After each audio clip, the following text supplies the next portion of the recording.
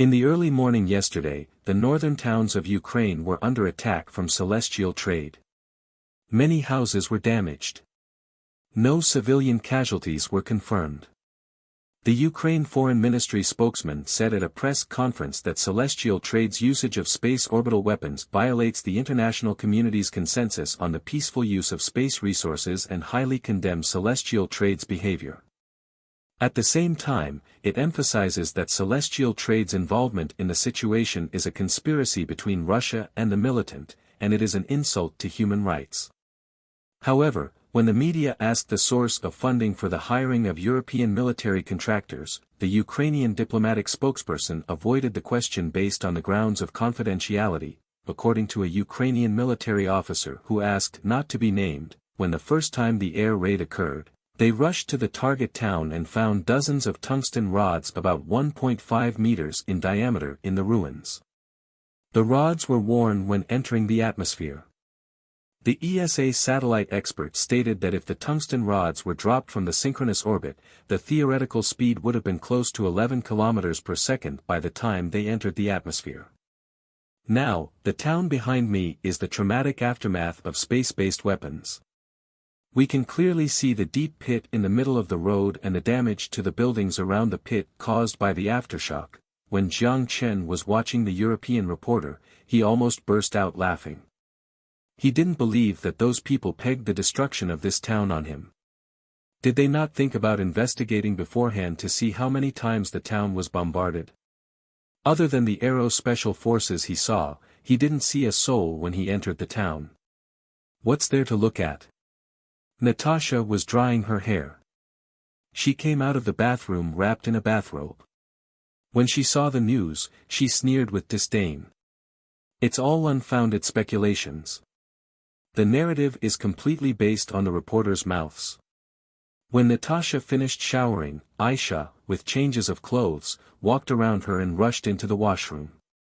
Soon afterward, water began to splatter around inside. Quite interesting at times. Jiang Chen smiled and looked at Natasha, his eyes suddenly brightened. After showering, she was completely different compared to how she was in the car. Her slightly curly golden hair cast off a fine mist. Her smooth skin was like a beautiful piece of art, born at the function between the landmass of Europe and Asia, an exquisite fusion between the West and East. Every smile was filled with exotic temptations. Natasha noticed the fire burning in Jiang Chen's eyes. She didn't act shy but she whistled at him, then turned into the bedroom. Just as Jiang Chen was debating if he should accept her temptation and have some fun before dinner, the doorbell rang.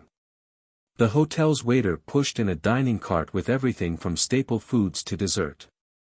He stuffed a 100 XND tip into the waiter's hands, then pushed the cart to the dining table.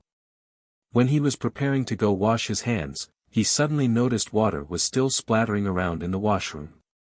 With a smirk, Jiang Chen closed the door and locked it. He then placed his clothes and pants on the aluminum frame, and gently tapped on the door like a big bad wolf. The little petite rabbit was obedient and opened the door. Soon, there was an exclamation in the bathroom, which gradually changed the sounds of water splashing onto the rocks, followed by a repressed moan, and finally ended with the ultimate conclusion. An hour passed before they left the washroom. At dinner, Aisha had a triumphant smile and sat next to Jiang Chen. Natasha, across the table, pouted with displeasure. Every time she locked eyes with Jiang Chen, she rolled her eyes. Her hint was so obvious, but Jiang Chen didn't follow her. Instead, he snuck in to see Aisha. It made her feel like she lost. In particular, Aisha's smugness made her particularly furious.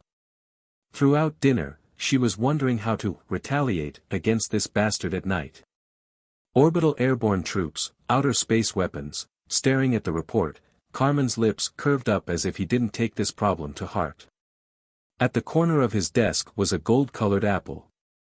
Weird lines covered the entire apple, like a piece of art. He turned his gaze to the apple. In his pupils that spoke of control, a glimmer of gloom flashed. Rothschild's Research Institute analyzed the structure of the golden apple and even cultivated artificial brain cells through embryonic cells, extracting similar substances and successfully creating a second golden apple. However, no matter how they studied it, they couldn't solve the mystery, and they couldn't get in touch with the void remnants who helped the Third Reich. Originally, it was his biggest dependency, but now a slight flaw appeared in the plan. In his plan, as long as he could decipher the secrets of the golden apple, he could grasp the source of future technology that transcended the present world. With the resources of Europe, North America and South America, it would be easy to suppress Xin, which was gradually gaining a foothold in Asia. A space elevator? As long as they mastered the technical principles, they were fully capable of building one in Ecuador and building one in the Gulf of Guinea in Central Africa. It was why European countries other than Britain weren't eager to join the Celestial Trade Space Development Program. He shook his head, shook off his annoyances, and tossed away the military activities of celestial trade. Carmen looked at the bodyguard standing next to him. "Johnson, what do you think?" Johnson wasn't only his bodyguard but also his private military advisor. "We should increase the number of people. If we take into account the disadvantages of the technology, we don't have enough people," Johnson said. Carmen nodded and picked up the golden apple on the corner of the table, looking at the engraved lines. "I think so too. How about Krupp? Has there been any progress with the weapons research? The prototype is completed, but the cost isn't low. The cost can be reduced by scale. I only need them to come up with equipment that isn't too far behind Celestial Trade's kinetic skeleton." Carmen stood up and put the golden apple back in place. "We have resources that they can't imagine.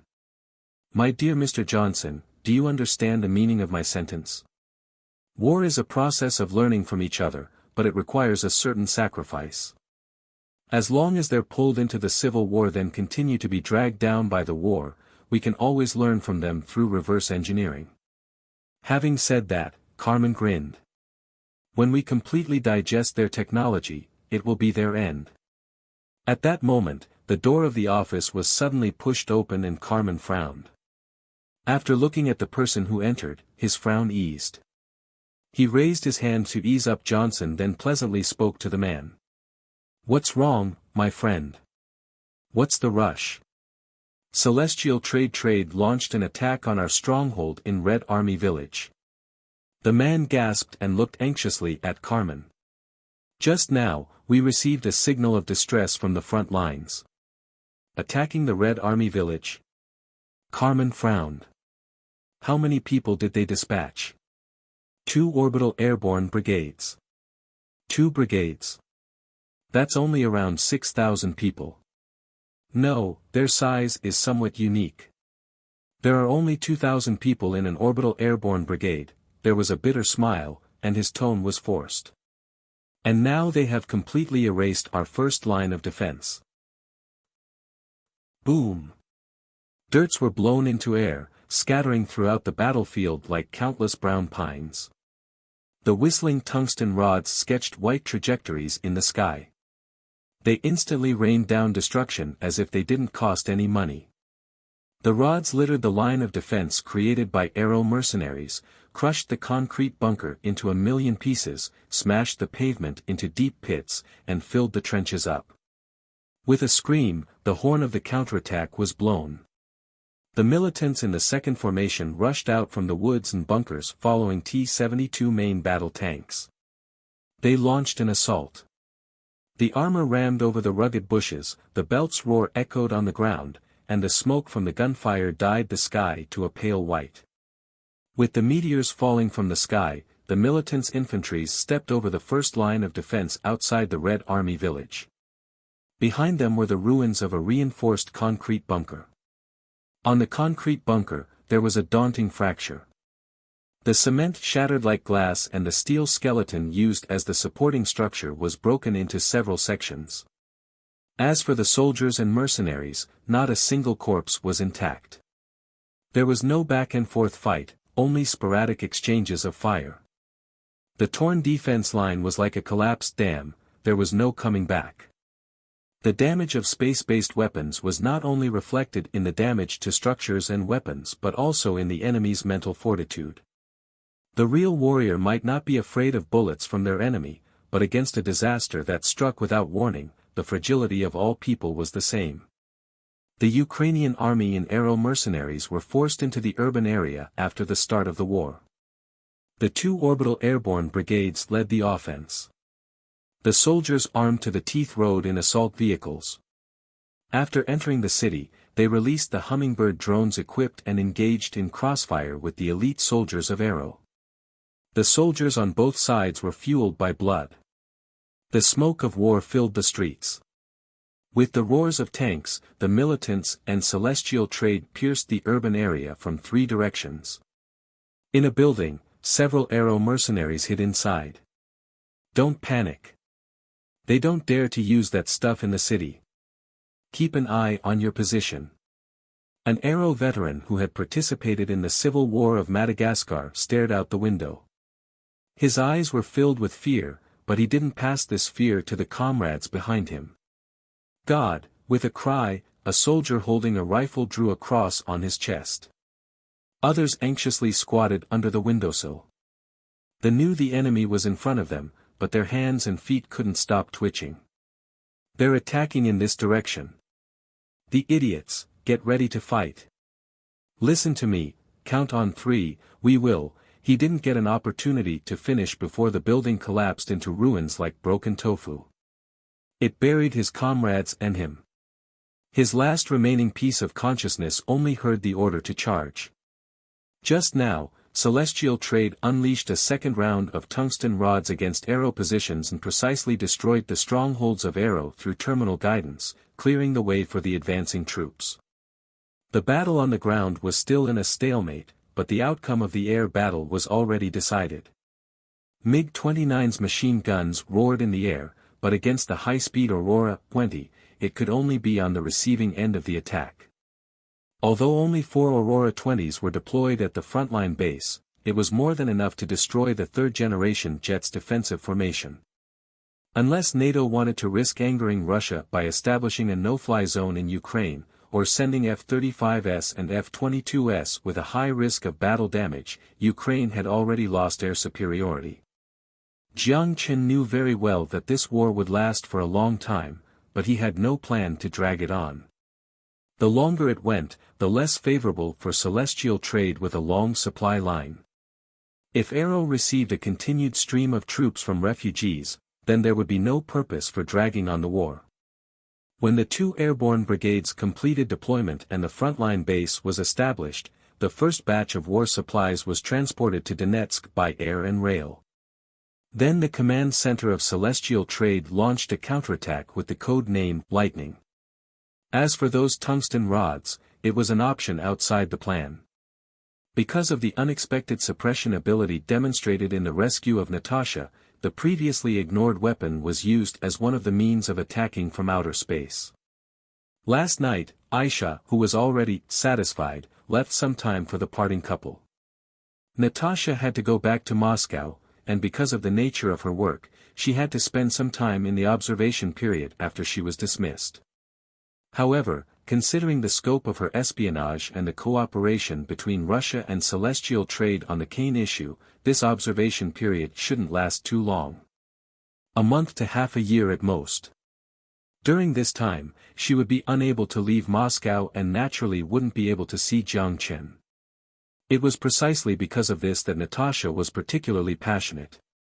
Just like a hungry little kitten, shaking her blonde hair, craving for the smell of sweet milk. She seemed to somewhat release all of her desire for the next 6 months that night. It was also the first time Jiang Chen tasted exoticness.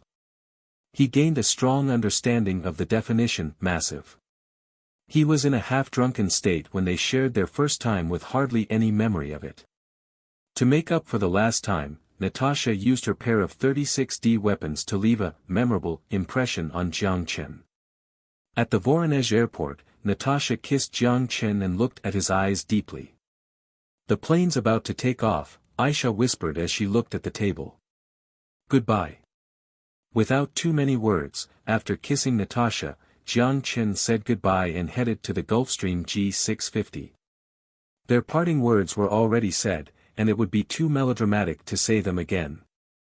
After the plane took off, Jiang Chen leaned on his comfortable chair. Aisha gently pushed a holographic screen toward Jiang Chen and reported to him the situation at the front line. 10 minutes ago, there was good news from the front lines. Operation Lightning has already achieved initial success. Our 1st and 2nd Orbital Airborne Brigades successfully seized the control of the Red Army village and drove out the enemy from this area. Great. Jiang Chen took a closer look at the report then nodded with satisfaction. The next step is to drive them across the Dnieper River. When I go back, Ivan should have the plan in place. And then the war is over. Aisha tilted her head. Not possible. Jiang Chen shook his head with a smile. As long as the confrontation between NATO and Russia exists, the war won't truly end. Returning to the beautiful Koro Island, the sci-fi vibe was amplified compared to half a month before. On his way out of the airport, Jiang Chen noticed several floating cars flying over the 6-lane highway not far from the airport. The foreigners who came there for the first time exclaimed at the scene and started to capture the beautiful city. The locals reacted calmly and moved on with their lives. This calmness wasn't only reflected in the fact that cars could fly but also in the foreigners' surprised actions. The taxis at the airport were in particularly high demand. They were the first to use magnetic levitation vehicles. In order to experience this novel form of transportation, many international friends even asked their drivers to take a detour. After cruising down the Maglev Highway, they would finally return en route to their hotel. Jiang Chen felt slightly shocked by the ever-changing Koro Island, but it only lasted for a moment. After all, he brought the technology back from the 6th Street. So, it was more of a novelty for him. He just felt emotional seeing that the technology that belonged to the future was now in the modern world. The world was changing too fast. Walking into the parking lot outside the airport, Jiang Chen avoided the taxi stop area surrounded by foreigners and headed straight to the corner of the parking lot. There was a red car parked, and a beautiful and familiar figure stood there. Her noble but cold temperament blocked all men with thoughts of taking their chances 10 meters away. However, when she saw Jiang Chen, her expression suddenly melted and a gorgeous smile formed. You're finally back. Was it fun in Moscow? What fun? I went there for business. Jiang Chen rolled his eyes. I heard that you took a walk outside the border. Oh, that was a special circumstance. Jiang Chen didn't look straight at the piercing sight and avoided the question by laughing. Fortunately, Xia Xiyu didn't persist further on the issue. Jiang Chen didn't want to think about how he would confess to her about Natasha. Opening the trunk for Jiang Chen, Xia Xiyu watched him put his suitcase in, then invited him into the front passenger seat, leaving Aisha alone in the back seat. She then got in and started the car. Looking at the ground outside the window gradually disappearing, Jiang Chen's hand involuntarily grasped the armrests beside the door. He was tense and looked pale white. With how nervous Jiang Chen looked, Xia Xiyu, who was steering, couldn't hold her laughter. She smoothly entered the acceleration lane. When the speed reached the maximum and the vehicle rose to the top of the track, she turned on the automatic cruise mode and her hands left the steering wheel. Aisha curiously looked around. Although she heard Jiang Chen talk about the future, it was her first time seeing this novel transportation. Look how scared you are. I got my maglev license with my skills, okay? Xia Xiyu rolled her eyes, showed the license in her hands, then tossed it into the drawer. Your new car. Jiang Chen changed the subject. In fact, he wasn't afraid of the maglev car, it was just because he was sitting beside a female driver. Of course. Magnetic levitation cars were launched in the middle of this month. The model of this car is called Lure EML A1. EML is an abbreviation of electromagnetic levitation. How do you like it? Xia Shiyu said proudly. It looks quite good, I will buy one sometime. His hand clutching onto the armrest finally loosened, and Jiang Chen made a pertinent evaluation. On automatic cruise mode, the speed of the car reached a daunting 150 km per hour. The scenery outside the window quickly disappeared. It was hard to imagine they were in the city center. After leaving the urban area, Xia Shiyu turned off automatic cruise and drove the car into the buffer lane, slowing down and slowly descending. The wheels and the road connected, then the vehicle sank onto the road, and Jiang Chen's heartbeat also relaxed. He knew the EML had finally returned to the ground. The financial report of fiscal 2019 first quarter came out. Xia Shiyu skillfully switched to the road driving mode, then spoke casually. Oh. You're not curious about which department's financial report was the most eye-catching? Xia Shiyu glanced at him curiously. Do I need to guess? The first was future technology, and the second was future heavy industries. Jiang Chen shrugged. Since the establishment of the new reserve, he started to feel less and less astonished by the long astronomical figures in the financial reports. In particular, the last time he looked at the news, new XIN dollars was the only settlement currency for space trade and swept $943.1 billion in the foreign exchange market. For Future Group, more money was just a figure. Of course, that wasn't to say that money was useless, but his goal wasn't just earning more money. The lunar colony had only just begun to turn a profit this year, and the rate of return was less than 1/10 of Future Technology's virtual reality project, but he was willing to burn money on the moon colony project. On the contrary, Future Heavy Industries was first, and Future Technology was second. Xia Shiyu's lips curved up. Oh. Manufacturing was more profitable than technology? Wait. I might know why. Jiang Chen was intrigued for a second before he realized. After Celestial Trade promulgated Celestial Trade Outer Space Resources Development Plan of 2019, 9 asteroids were contracted to various countries for mining, which led to a large number of foreign enterprises flocking to Celestial City. This led to a snowballing amount of orders sent to Future Heavy Industries for external space stations. The price of a space station was between $1 billion to $10 billion USD. Although many space station custom companies were in Silicon Valley, Cambridge and Singapore also accepted orders, but neither their quality nor reputation matched Future Heavy Industries. They could only share the markets left behind. Jiang Chen also forgot about the record profits of the production of space stations. Not only did Future Heavy Industries surpass Future Technology in first quarter profits, but the division was likely to completely leave Future Technology in the dust. Right, there's still one more thing. There are visitors from Hua. Let me guess, are they here to ask about outer space weapons? You guessed wrong again. Xia Shiyu blinked. This playful gesture on her was cute because of the sharp contrast. The Minister of Transportation and the CEO of First Automobile are visiting.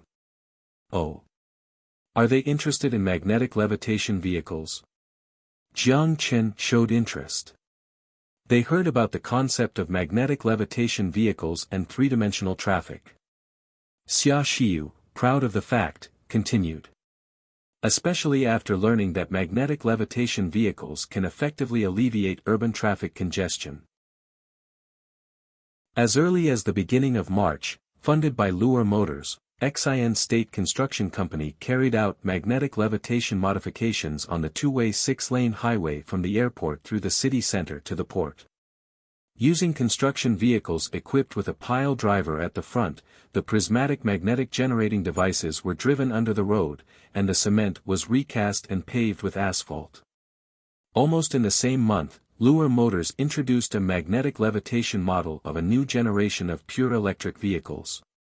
While maintaining the original wheel structure, the magnetic suspension drive was installed on the chassis. The vehicle could be suspended on the magnetic levitation track.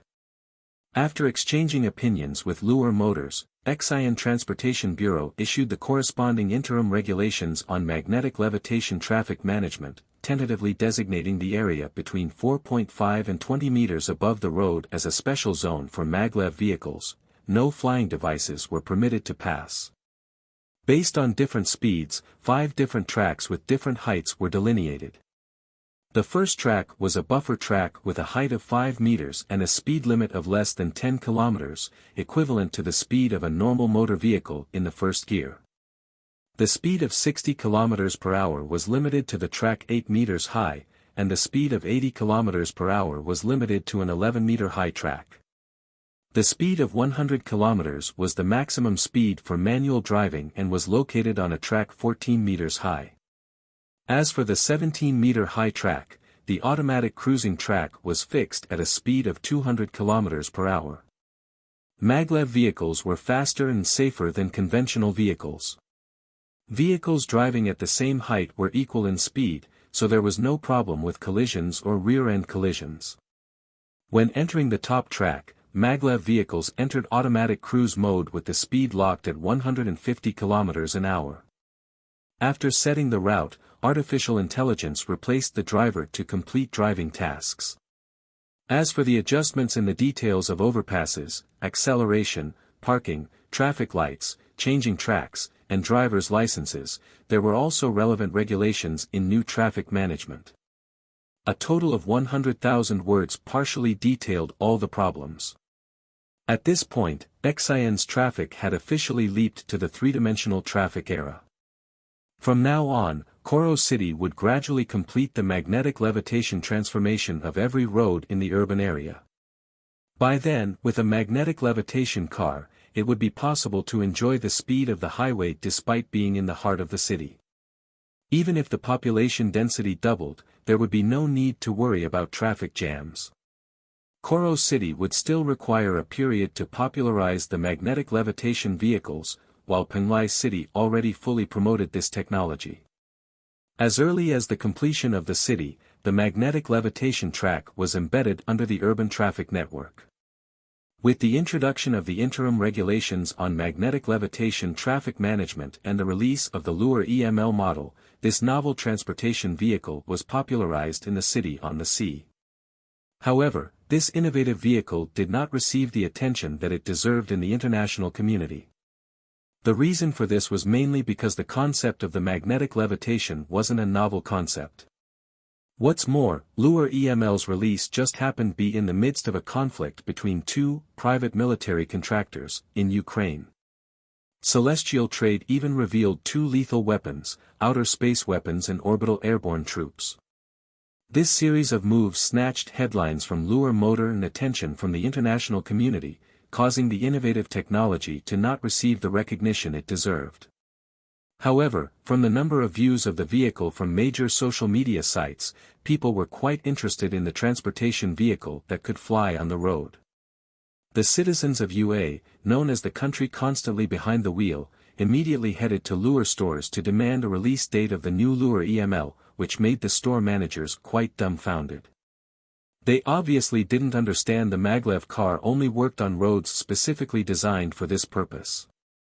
Before the introduction of the magnetic levitation vehicle, magnetic levitation roads must be first built. And this decision wouldn't be the decision of a certain company but rather depended on the transportation department of the nation. However, the first one to knock on the door wasn't the UA across the ocean but neighboring Hua. "Hello, Mr. Jiang, my name is Zhou Yuanyuan.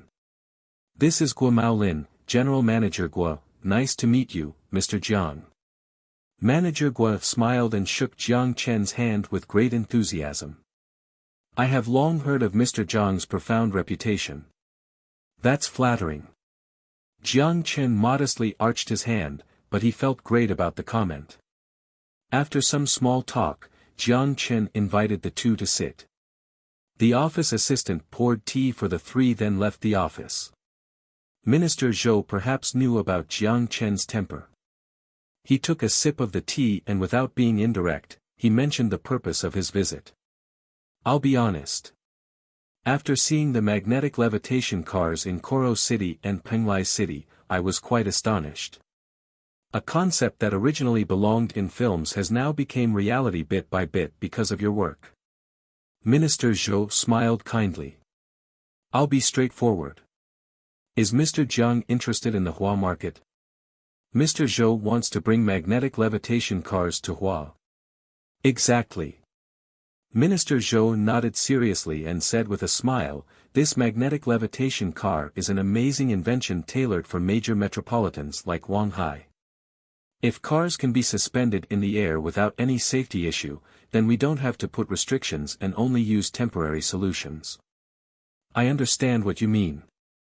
Magnetic levitation vehicles do help greatly in relieving traffic pressure. But you might not know that our magnetic levitation cars can only travel on a specific type of road. Bring the car to the market is only the second priority, the first priority is to build the right infrastructure, Jiang Chen explained. Then, is it difficult to develop the infrastructure? The construction isn't difficult, but it isn't cheap, Jiang Chen said bluntly, and the most important thing is on the policy side. Without the traffic regulations related to magnetic levitation vehicles, we don't have the guts to export this. We're a proper business and we can't sell a shady product. Haha, Mr. Jiang certainly has humor. Money isn't a problem. As for the policy, since I came here, do you still have to worry about policy making? Minister Zhou grinned and put down the teacup in his hand. This purpose of my trip was to discuss this traffic regulation issue. I have to learn from you, and I hope Mr. Jiang won't mind. Of course I don't mind. I will have my assistant print a copy of the provisional regulations for you.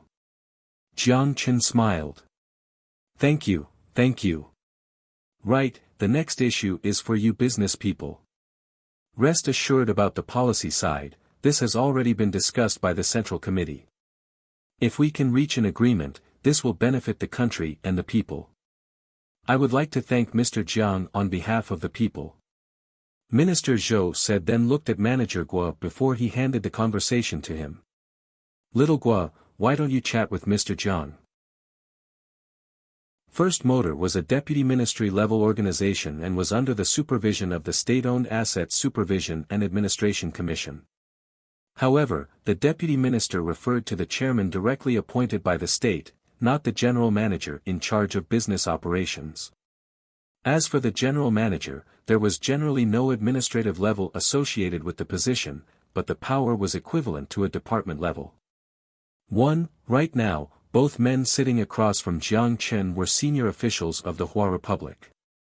Jiang Chen always eyed the Hua auto market, and Hua just happened to have a strong need for magnetic levitation vehicles. Luer's patents on magnetic levitation technology were controlled by Future Heavy Industries. Future Heavy Industries planned to use these patents for a joint venture with First Motor. The purpose of a joint venture was to reduce taxes but also to receive preferential policies.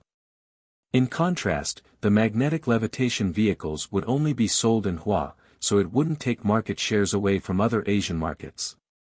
The most important reason for joint ventures with state-owned enterprises was to reduce the amount of troubles that could arise from entering alone. It was better to not worry about minor problems not worth Jiang Chen's time. In addition, when forming a joint venture with First Motor, Luer would continue to expand in the Hua market with a focus on the high-end market. The supporting magnetic levitation roads would be funded by the Ministry of Transportation with Future Heavy Industries providing the technology and equipment. The project would be open to bidding by all construction companies in Hua. The first phase of the project was to be based in Wanghai. The existing road infrastructure in a part of the Wanghai urban area would be converted. If it indeed had a positive effect, the project would be promoted to the first-tier cities across the country, then gradually cover the major highway network before entering second- and third-tier cities. After talking with Minister Zhou about the supporting infrastructure, Jiang Chen suddenly had an idea and smiled. Well, since we're building magnetic levitation roads, we have to provide magnetic levitation technology. Since the magnetic levitation vehicles are all pure electric vehicles, why not just give me the charging stations to develop as well to avoid compatibility issues? Jiang Chen completely made up the compatibility issue. The wireless charging technology of celestial trade was extremely high-end, but only Xi'an achieved full adoption of wireless charging stations. Most of the charging stations in the gas stations in other countries were mainly wired. However, in these countries, it was still possible to see lure. Those vehicle owners weren't worried about finding charging stations. The secret was that Lure pure electric cars sold overseas were equipped with a notebook-sized wired-to-wireless conversion device which connected to the charging line of wired charging stations. As long as the car was parked within 10 meters, it would charge the vehicle. Minister Zhou apparently didn't understand the details. He nodded thoughtfully. Only, when he was about to make a decision, he was troubled. This doesn't seem to be within the jurisdiction of our Ministry of Transportation. The management of gas stations is complicated. Some of the gas stations on the highway are owned by the state oil companies, and some are operated by local enterprises or even self-employed individuals. But I will help pass on your opinion. As to how to implement that, it's not that troublesome. Jiang Chen smiled and waved his hand. You can't stick to the rules. The charging stations don't have to connect to a large tank. You don't have to build it in a gas station. I think the highway service areas are a great idea. Think about it, put 4 or 5 charging stations in the parking lot of the service area, and the owners can park their cars there. The cars can be charged in a meal's time. Not only is this convenient for people, but it can also increase passenger traffic in the service area. A win-win situation. Minister Zhou's eyes lit up. As soon as he heard the proposal, he immediately understood the benefits. Although the gas stations weren't overseen by the Ministry of Communications, the highway service areas were operated by the local transportation department. The income generated by the service area made up part of the profits of the operating company, while the other part was fiscal revenue. And this income was at least above 10 billion a year. Not only would he gain political achievements but the benefits would also be visible. With such a big piece of cake in front of him, Minister Zhou couldn't sit still. I will go back and study this proposal. This should be no problem. Since the Minister of Transportation assured him, then it was pretty much decided. Soon, the assistant brought a copy of the Provisional Regulations on the Management of the Magnetic Levitation Traffic in Xi'an and handed it over to Minister Zhou. The purpose of this trip was completed. With an important thought in his mind, Minister Zhou immediately bid farewell to Manager Guo. Standing in front of the floor-to-ceiling windows in the top-floor office, Jiang Chen overlooked the car that left Future Building and finally burst out laughing. He didn't care about the income from the charging stations. The national grid would take the majority of the cake. The operating company would take a bite, then regional finance and also the central government would also want a piece. Although he created the cake, only a small remained in the end. What he really cared about was the fact that he would develop the standards. If the charging stations of all highway service areas were replaced with wireless charging piles manufactured by Future Heavy Industries, then other competitors who wanted to enter the pure electric vehicle market would have to accept the standards set by Future Heavy Industries and simultaneously pay a licensing fee and certification fee. Otherwise, the car owners would be in constant search for charging stations. Indirectly, Future Heavy Industries established the standard and raised the barriers of entry and the cost of potential competitors. The benefits generated by this would be far greater than the operation of the charging stations themselves, but this wouldn't be realized in the short term. In addition, the service of charging stations would be linked to Future Technologies service. The user would only need to click on the button, Pure Electric Vehicle Charging, in Future 1.0. The application would complete the charging service and retrieve payment based on the user's GPS information. Moreover, on the mobile phone, the user would also be able to view the electricity price of the nearby charging pile in real time. In the future, they wouldn't need to have a bunch of cards and complete the operation completely card-free. Back at the desk, Jiang Chen opened the holographic screen and called Yang Guanlei, the CEO of Future Heavy Industries.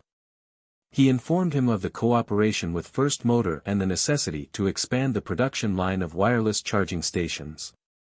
Not just on the highway, but all the parking lots in the city also required this infrastructure. If Hua was determined to implement three-dimensional traffic, then pure electric vehicles would enter a period of high growth.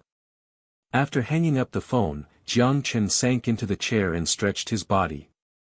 Then he asked the assistant to pour out the tea for a cup of coffee. But just now, there was a phone call from Kelvin. 1. The administration level follows the descending order of state, ministry, department, unit, and office. As soon as he picked up, Kelvin's voice came from the other side of the phone. Jiang Chen heard a hint of excitement. It must be good news. The list has been determined. Do you want to see it? List? What list? The first colonists to Mars or pioneers.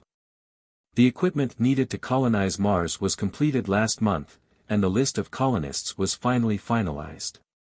In a few days, the colonists and equipment will be shipped to Celestial City. I thought you would be interested. Do you want to come for a visit? Kelvin asked with a smile. Wait for me at the experimental base. I will come soon. Jiang Chen immediately stood up and headed for the door. However, just as he was about to open the door opened by itself. A beautiful secretary in a professional suit was holding a coffee and smiling at him sweetly. President, your coffee. Jiang Chen then remembered that he had just asked for a cup of coffee. Looking at the white mist floating above the cup, it didn't look like it could be drank in one chug. He was silent for 2 seconds before he awkwardly said, can you drink it for me? Located in the northern part of Eng Island was the space training base. It became a space research base for Xian and the rest of the world. It was home to aerospace scientists from all over the world, astronauts who received professional training, and volunteers longing for the boundless space. The Mars colonization experimental base was also located there, but due to the confidentiality of the project, the research center nearly 100 acres in size seemed very deserted. The place wasn't open to the public and tourists, nor did it accept any interviews. Outside, Celestial Trade stationed soldiers with security measures as strict as a military base. A Luer sedan stopped at the checkpoint gate. After the soldier confirmed the identity of the visitor, he respectfully performed a military salute then opened the checkpoint. Jiang Chen entered the experimental base following Kelvin's assistant. Standing at the door of the test site, Kelvin constantly glanced at his watch and looked like he had been waiting for a long time. When he met Jiang Chen, he gave Jiang Chen a big hug then stuffed the list in his hand before going to the test field. The lunar colony base had yet been built, and the Stingray that traveled for tens of millions of kilometers had yet to return, but this didn't prevent celestial trade from spreading seeds to farther places. Most importantly, the ecological circulation system on the lunar base already provided a theoretical basis for the construction of the Mars colonization base. Although celestial trade had yet to develop spaceships that could travel between Earth and Mars, it could still send a small number of people there first to build an outpost. It would certainly burn through cash, but with so much money, it was meant to be burned through. At least Jiang Chen believed that with sufficient cash, it would be much more meaningful to burn money in the sky than to burn it elsewhere. Jiang Chen, male, 27 years old. Occupation, high school teacher.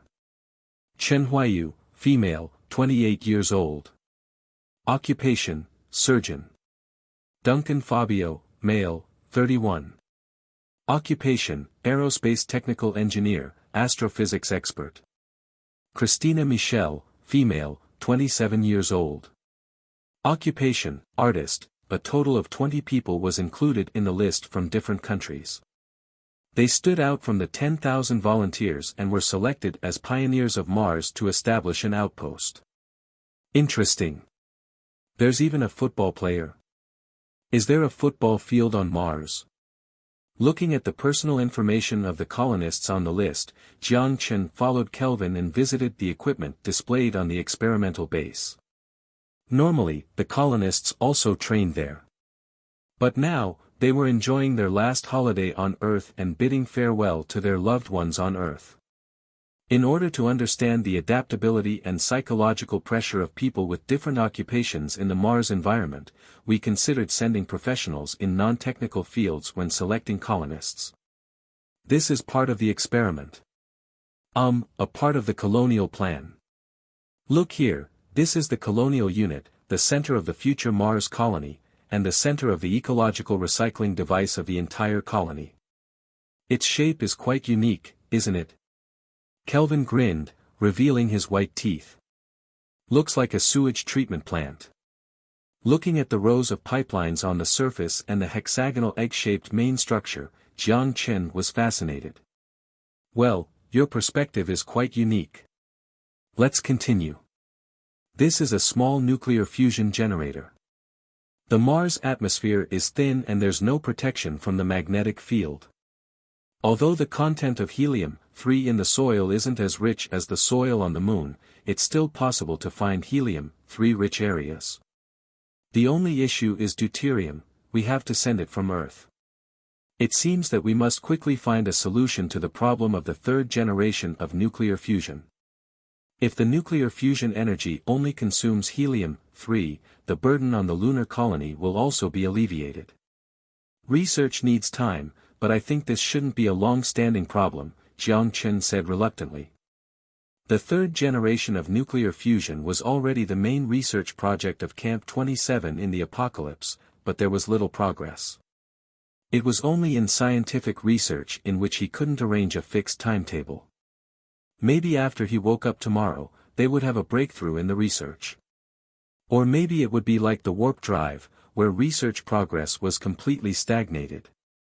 Kelvin shrugged. He continued to walk down and introduced a prismatic-shaped house. This is the colonial living unit, divided into 4 sections, which can house 4 families.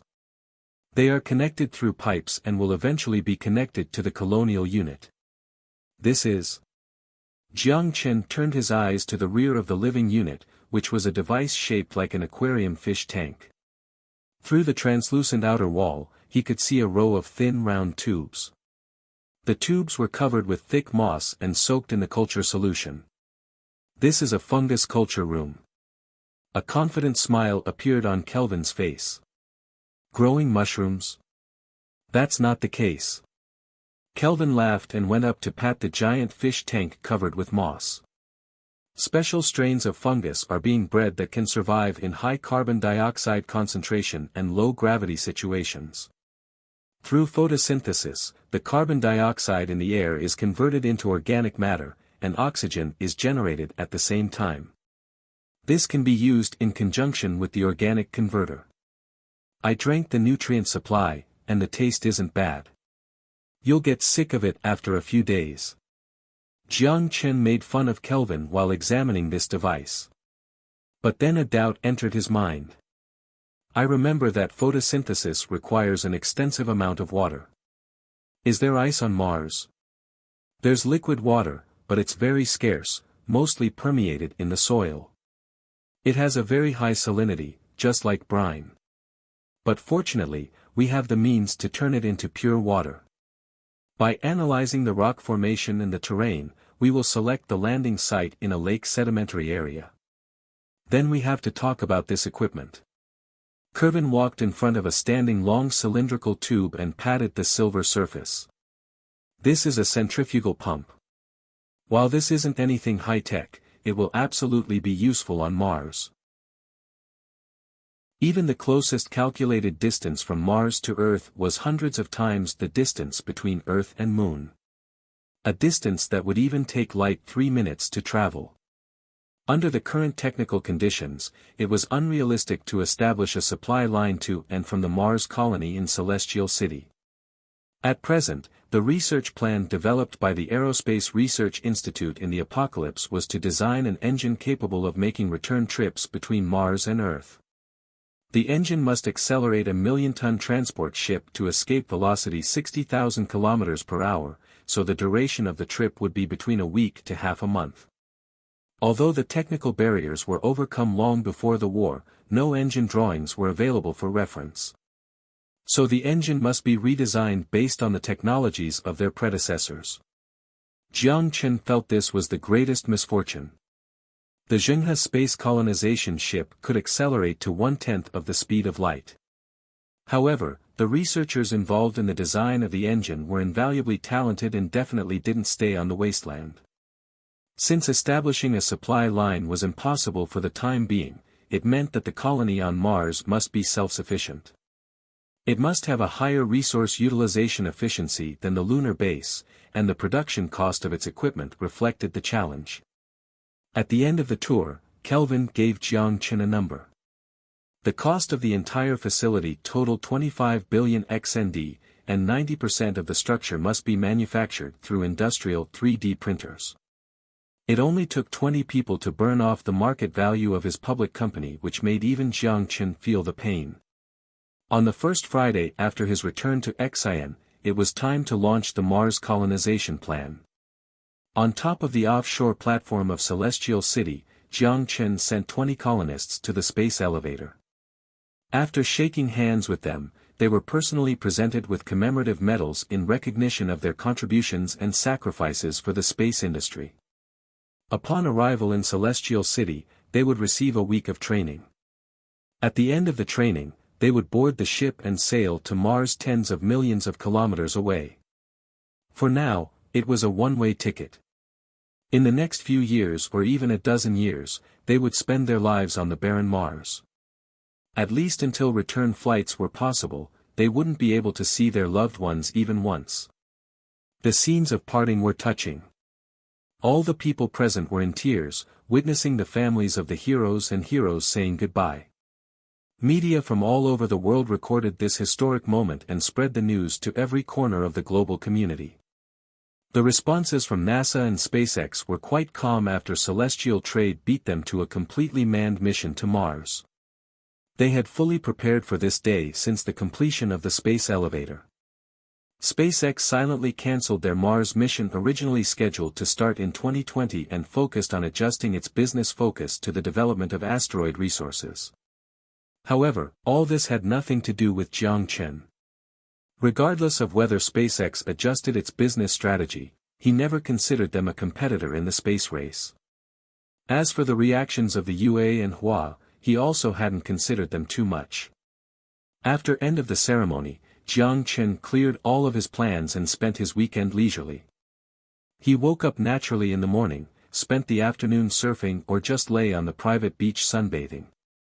As for the evenings, even if he didn't want to, he would be dragged into the gentleness of his girls. Occasionally, only occasionally, when Xia Xiyu couldn't handle his embrace, she would seek help from Aisha, who happened to be peeking. It was only when she woke up the next day when she would feel ashamed of everything that happened last night. Good times always flew by, and in the blink of an eye, it was May. With celestial trade joining the regional conflict, the Ukraine war situation welcomed a historic turning point. Following Jiang Chen's orders, celestial trade soldiers who helped to advance the front line to the east bank of the Dnieper River stopped all attacks. They began to take a defensive stance. Other than maintaining air support, most of the ground forces had withdrawn from the front lines. It wasn't the time to win.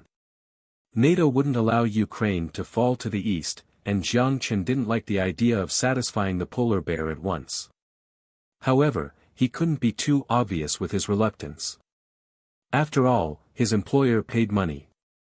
Fortunately, Eros sent 20,000 mercenaries to Ukraine and launched mobile warfare against the militants in the northern towns. This also gave an opportunity for celestial trade to maintain the stalemate. Perhaps celestial trade's reluctance gave the Aero commander an illusion of winning. At the end of April, the two divisions of the Ukraine army launched a new round of attack. A total of 120 tanks, 327 armored vehicles, 27 armed helicopters and 10 fighters participated in the war. Steel shambles and tarred black smoke spread throughout every inch of the eastern suburbs of Dnipropetrovsk. If it wasn't for the two celestial trade brigades' timely rescue, they would have almost done it. Both sides suffered a lot of casualties, with Ukraine ending up in defeat. The two divisions returned to the west bank of the Dnieper River. Because of the tragic defeat of the Ukraine army on the east bank, the the Ukraine president was almost forced to step down. However, with NATO support, he managed to stay in office. The two sides were deadlocked on both sides of the Dnieper River, and no one could gain an inch. The situation finally eased. In addition to carrying out the airstrike mission, Aurora 20s occasionally snuck into the airspace of Poland, Frankfurt, and even France. Following Jiang Chen's orders, they cooperated with ghost agents to search for Carmen's whereabouts. Carmen was certainly devious. Since the assassination at Pilsner, he seemed to have disappeared. All the events in which he must appear in public were given to his spokesperson or professional manager. He completely hid behind the scenes. Occasionally, he resurfaced only to quickly disappear again.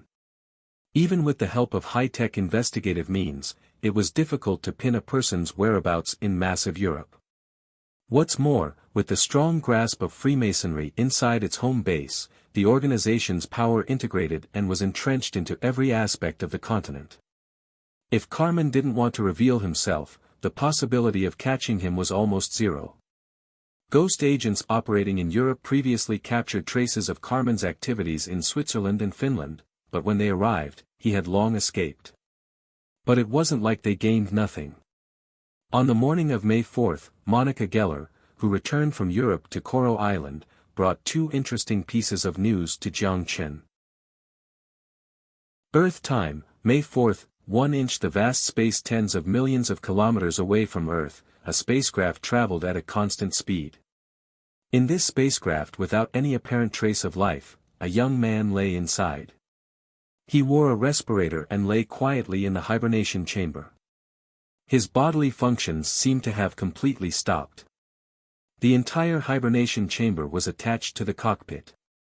The inside of the glass was scattered with ice shards that just looked like an ice coffin. The blue signal light flashed dim, accompanied by a quiet noise. The mist slowly floated out from the gaps on both sides of the hibernation chamber and was removed by the fan located inside. The top glass cover slowly opened, and the entire hibernation chamber was split into 4 steel shells that began to retract to the back. Hibernation has now ended, an electronic voice without any emotion rang in his ears. Lu Qingping opened his eyes, then moved his stiff limbs. Taking off the respirator, his stomach twitched abruptly. He bowed down and tried to vomit, but nothing came out except for his stomach acid. In order to prevent the food in his stomach from damaging the internal stability of his body due to decay, he only ate nutrient supply for 3 days before the flight. Holding the control in his hands, the feeling of coldness gradually faded. After a while, Lu Qingping recovered from the state of discomfort. "I am here. I am connecting the navigator for you, please wait." The electronic voice spoke again after it had confirmed the pilot's heartbeat, and the green signal light flashed. Soon, a burst of static noise entered his ears and began to become more clear. "This is the command center. Please respond after hearing this message." Lu Qingping adjusted his breathing. He pressed on the helmet and turned on the microphone. "Stingray A-1, received. Navigator, I am very happy to hear your voice again. It seems that you are still alive, static." Lu Qingping smiled and moved his sore neck. "Can I take this as your blessing?" "Of course." From the ground command center to his current position, even electromagnetic waves must take 4 to 5 minutes. However, with quantum entanglement communication technology, the distance of tens of millions of kilometers was eliminated. Although there was noise mixed in the communication, it was fairly clear. Following the instructions of the navigator, he recorrected the route and the Stingray began to slow down. In his current position, he could observe unnatural black spots with optical instruments. This discovery made him both excited and anxious. He was excited by his luck, no accidents had occurred on this flight of death. He was anxious because even the navigator couldn't tell him what was waiting for him out there. He glanced at the Gauss rifle plugged on the right side of the cockpit. However, the rifle which cost 1 million XND didn't give him an increased sense of security. He was even wondering if he encountered an alien with a laser gun, would this expensive toy come in handy? Move close to the UFO. If the other side attacks, static, the communication from the ground command center was abruptly interrupted. Lu Qingping frowned and restarted the communication device, but he still couldn't receive any signal. Communication shielded, he murmured while rubbing the safety in his hand. He examined the unnatural blackness of dozens of kilometers through the optical sight. There was no extra energy for him to change course, fly out of the communication-shielded area, and obtain new instructions. With only one chance for contact, only 24 hours were left for him to investigate the target. Traveling a distance dozens of kilometers took the Stingray A-1 a few hours. When the dark UFO was close to a distance that could be observed by the naked eye, the Stingray finally ended its deceleration phase and reached a relatively static state. All communications were blocked, even the drone showed no images after being released. Looking at the darkness a few hundred meters out, Lu Qingping hesitated for a moment. He then gritted his teeth and pulled out the Gauss rifle from his right leg. He buckled the gun to his spacesuit, then manually opened the cockpit before jumping into the darkness. In the boundless space, the fear programmed in his genes instinctively overwhelmed him. After taking a few deep breaths, he finally overcame his biological fear. His arms bent backward, controlling the small nozzles with his joints, and drifted out to the UFO. When he approached the 10-meter mark, the oddity disappeared abruptly. In front of his flashlight, a silver-white ball about 10 meters in diameter suddenly appeared in his vision. At this moment, he could only conclude that this was definitely not a natural phenomenon. Lu Qingping raised the Gauss rifle, controlled the nozzle to adjust his speed, flew around the ball, and found a twisted fracture on the back of the ball. On the steel-like frame in the fracture, fragments of meteorites could be seen. It was hit by a meteorite. What a coincidence, Lu Qingping whispered aloud, but he was secretly relieved. The energy of the flying object was obviously exhausted and couldn't dodge an incoming meteorite. In fact, when he came in, he still had some concerns. If the flying object suddenly flew away, he really wouldn't be able to get back. The spherical flying object was 3 levels in size and the middle level was the widest. On this flying object, he didn't find any traces of aliens nor any traces of hibernation chambers or even a cockpit. Perhaps it was unmanned itself, or perhaps he was unable to understand the way in which the higher beings operated the flying object. It seems that this toy isn't useful after all. Lu Qingping barely forced out a smile and lowered the muzzle. He walked back and forth in front of the ball and carefully checked every corner while collecting evidence. This aircraft should have belonged to a certain civilization, and in all likelihood, it was a civilization that had disappeared in the passage of time. Nature erased everything that existed in it, leaving behind only the wreckage floating in boundless space. It took about 30 minutes. Lu Qingping captured every corner of the flying object. After collecting 1 gigabyte of data, his mission was completed. This should be the case. However, just as he returned to the middle layer, he stood next to the platform that he had first examined. He used the flashlight to unintentionally find a dent on the flat table. The dent was very special, as if only the light at a certain angle could make it appear. This is. Frowning, he reached out and touched the dent. At the same time, a prism of light illuminated from the platform. A rounded sphere slowly rose from the other side of the platform, separated from the platform, and floated above the platform. This lost civilization seemed to be fond of spheres. Looking at the fluorescent ball, Lu Qingping, unable to control his curiosity, reached out. It was easy to grab the ball. The imagined scenario of him being bounced back didn't happen. However, when he tried to move the ball, the unnatural resistance made him stop. There was no gravity in the universe, but the inertia of matter itself made it resist any changes in motion. Lu Qingping looked at the small ball, thinking it was peculiar. His right hand, which touched the ball, did not feel like it was touching a small ball, but a massive meteorite. What the hell is this stuff? and how is it so heavy? Lu Qingping cursed as he took out a mass analyzer that resembled a spatula. He knocked on the ball with force. A muffled bang passed through the spacesuit into his ears. The ball just moved slightly and slowly drifted to the other side of the flying object. At this moment, the mass analyzer recorded the reaction force and the time, as well the microvelocity change of the ball's velocity. Based on all the parameters, it calculated the mass of the ball. When Lu Qingping saw the data sent to his helmet, his eyeballs almost popped out. 100 kilograms? How's that possible? What's the density of this thing? Even osmium doesn't have this density. Osmium, which has a relative atomic mass of 190, was currently known as the heaviest metal that existed in nature. He immediately realized that he might have made a significant discovery. If possible, he wanted to report his findings to the ground command center immediately, but he was unable to do this because of the breakdown in communication. Controlling his propulsion, Lu Qingping slowly floated over and held the ball in his arms. As he approached the edge of the flying object, he kicked against the wall and flew out of the fracture with the ball.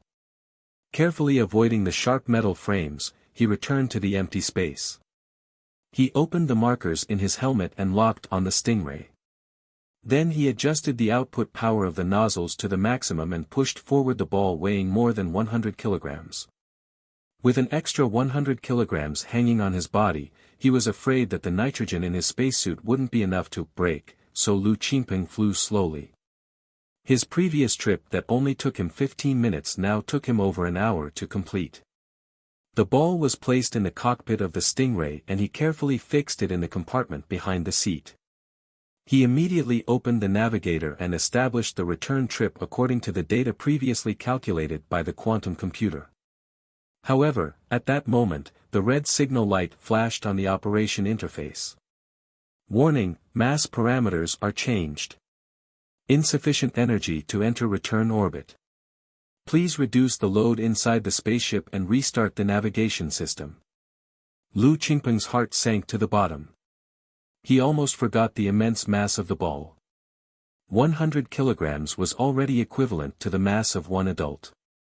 He hesitated for a moment. He bit the bullet and reached out to the platform on the right side of the seat. He opened the safety and yanked out a ring. With a slight tremor, the two laser cannons located below the Stingray A-1 were separated from the fuselage, and the attack module worth tens of millions of XND was abandoned. He could only leave the economic analysis to his superior to determine if he made the right decision. The signal light was still flashing red, and the cold electronic voice was still so impersonal. Please reduce the load on the spacecraft. Looking at the remaining 5 kilograms of load exceeding the value, Lu Qingping was sweating profusely. Fu*K, I already tossed the attack module. It still wasn't enough. Wait, there's still the magazine. Since the laser cannons already drifted away, he didn't feel too bad when he ejected the magazine. 2 box-shaped power supply modules were left behind. When he watched the value returning to neutral, he was finally relieved. If he still needed to reduce the load, other than unloading himself, he didn't even know what else he could throw out. After restarting the navigator and setting the route, he waited for the Stingray to leave the communication-shielded area, then he immediately restarted the communication module on the spacecraft. This is Stingray A-1. Command Center, please reply, this is the Command Center. Navigator 01 continues to serve you. The Command Center, which was originally in a state of gloom due to losing Stingray A-1, erupted in a cheer after communication resumed. Not long ago, several space experts were still arguing whether his failure was due to a communication failure or because of the UFO attacks. And now it seemed that these arguments were unnecessary. The quantum computer calculated the returning orbit at the fastest speed. The navigator immediately sent the latest orbital data to the hero who was tens of millions of kilometers away, guiding him on his journey home. At the same time, the 1 gigabyte of captured pictures was sent back to the ground command center with the restored communication channel. This valuable information happened to prove Kelvin's previous hypothesis that the UFO was indeed a masterpiece of a foreign civilization. This historic discovery was no inferior to the geographical discoveries centuries ago. The century-long debate could finally be settled. They weren't alone. It was almost foreseeable that if these photos were made public in the international community, that would undoubtedly create an unprecedented earthquake in every field. However, celestial trade would never disclose these photos and all data would be treated as top secret for at least 50 years. "Minister, please take a look at this." Kelvin's assistant walked next to him and handed a printed photo to him. "This?" As Kelvin examined the photo, the frown grew more apparent on his eyebrows. He picked up the photo and examined it more carefully. It was a picture of a small ball with its size, mass and other information marked next to it. When he saw the data in the mass column, he paused to process it for a moment. Then he turned to his assistant with a peculiar expression and knocked on the photo with his knuckles. "Is this unit wrong? 100 kilograms? How is this possible? There's no mistake in the data." Although I thought he was wrong at first, he insisted that he hadn't made a mistake. "How did he start acceleration?" Kelvin looked at the assistant and asked in disbelief. "If I remember correctly, the Stingray X-1 series aircraft has a weight limit except for the C-1 freight type. He ejected the 2 laser cannons under the spacecraft and a power supply module used as the magazine." The assistant swallowed and said seriously, "If this wasn't a trick by aliens, we might have discovered a new element that we've never seen or imagined before. Look after the situation for me.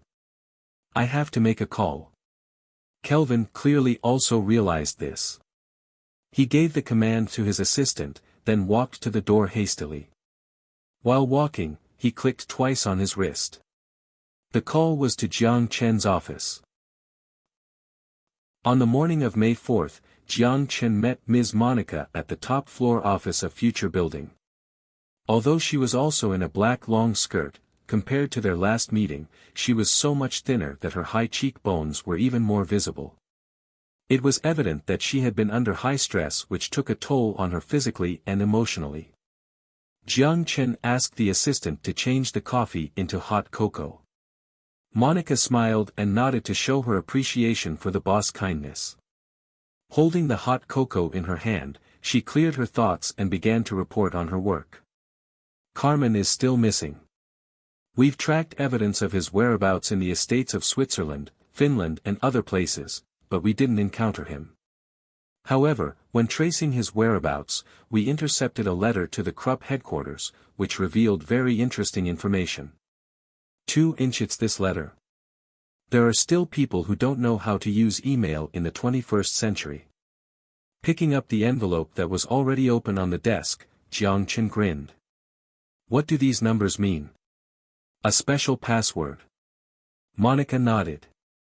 "After deciphering it, we found out that this is a cargo transfer document." "What cargo?" "The wreckage of the K-1 kinetic skeleton, a small portion from country F, mostly from Ukraine." Jiang Chen frowned. The thing he worried about the most had still happened. No war could end unscathed. Even with the most advanced technology, the orbital airborne brigades of celestial trade still suffered more than 20 casualties. As the most violent process between 2 civilizations, war was a method of learning and influencing both sides. The most direct method was the tools used to kill. Before the Spaniards landed in the Americas, the indigenous people still used bows and spears, but in just over a decade, the tribes learned how to use the weapons of civilized people. That was one of the reasons why Jiang Chen always used power armor and the Tiger II tank as secret weapons, and he never directly entered a battle. "Did they make any progress?" Jiang Chen asked thoughtfully. "They reversed-engineered the K-1 kinetic skeleton to a certain degree and created an exoskeleton code named Lightning. But neither the load capacity nor the defensive capability is comparable to our model, it's more bulky and heavy. But these fakes have been able to defend against light weapons and improve the survivability of soldiers on the battlefield. Am I right?" Jiang Chen looked at Monica, who was hesitant, as he smiled nonchalantly. That's the case. Monica nodded. The parts of the lightning exoskeleton produced by the Krupp Group have been delivered to Aero and shipped to Ukraine for field testing. In fact, the military exoskeleton had been around for a decade, but it hadn't been applied in the real world. With the introduction of lightning, Jiang Chen could only sigh. Even without the wreckage of the K1 kinetic skeleton, they would sooner or later be able to design exoskeleton equipment suitable for modern warfare. Celestial trade only accelerated the timeline. However, the product was ultimately a fake, and the gap couldn't be closed in a short time. They couldn't copy neural connection technology, and material science research was difficult to reverse engineer. Even knowing the molecular configuration of the K1 kinetic skeleton polyethylene shell, that didn't mean they could replicate the design. The core technology was still controlled by celestial trade. As for the mechanical mechanism and functional design, they could freely copy it if they wished. Jiang Chen's fingers gently tapped on the table. After thinking for a moment, Jiang Chen told her. After a few days, when you go back to Europe, see if you can get the design of the lightning. It'd be best to get the weapon test report. We must know their progress at least. As for Carmen, keep an eye on his whereabouts, but don't let him take all of our attention away. A very challenging task, but I think I can try. Monica smiled. It was easier to steal information from Krupp Group than to chase an invisible person. I heard you had 2 things to report. The other thing is? Jiang Chen then asked. When we traced Carmen Rothschild, we discovered an underground factory by coincidence. From their products, we found this thing. Then Monica took out a black ball from her jacket and gently placed it on Jiang Chen's desk. They call it the golden apple, although it has nothing to do gold. It's said to be related to the legacy of the Third Reich in World War II, but we haven't determined any connections. That's to be expected, because they don't even know themselves. Looking at the golden apple, Jiang Chen's expression was strange. He didn't expect that after Carmen got the golden apple from him, he started to produce it at scale. The remnants of the void told him personally that their connection with this timeline had been cut off. Even if they produced more radios, the station had already closed down. I'm very curious. How did they produce this stuff? Jiang Chen picked up the black ball and examined it carefully. Monica put down the hot cocoa in her hand and answered, it's believed that they used embryonic stem cell differentiation technology, which contains extracts of primate brain tissue. Jiang Chen nodded and put the golden apple aside. Just leave this here with me for now. You can stop the investigation of the golden apple for now. It doesn't have any purpose. But, Monica's expression was hesitant. She felt that there might be some big hidden secret. It would be a pity if she missed any valuable information. However, Jiang Chen knew it was a bottomless pit without any return.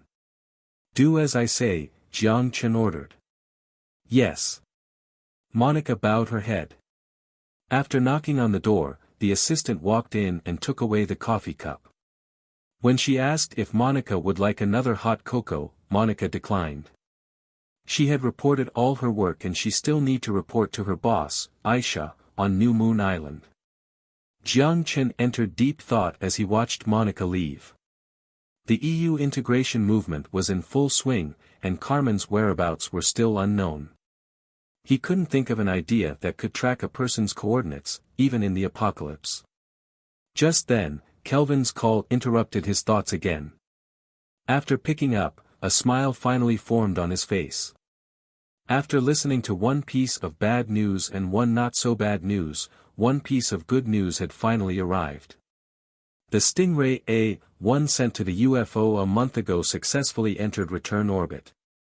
Just like they had previously hypothesized, the UFO did come from an unknown higher civilization.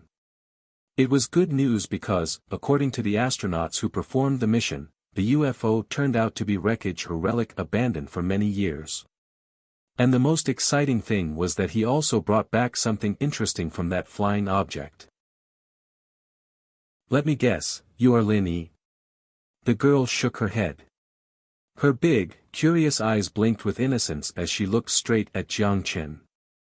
If she dyed her long luscious black hair silver and then put on some red contact lenses, then she would be no different than Lin Lin. Well, then you are. Number 1004, the girl quickly replied. Not even a name. That's simple. Jiang Chen shook his head with a bitter smile. He rubbed her head to comfort her. The girl felt the sympathy in his eyes, but she showed a confused expression to his sympathy.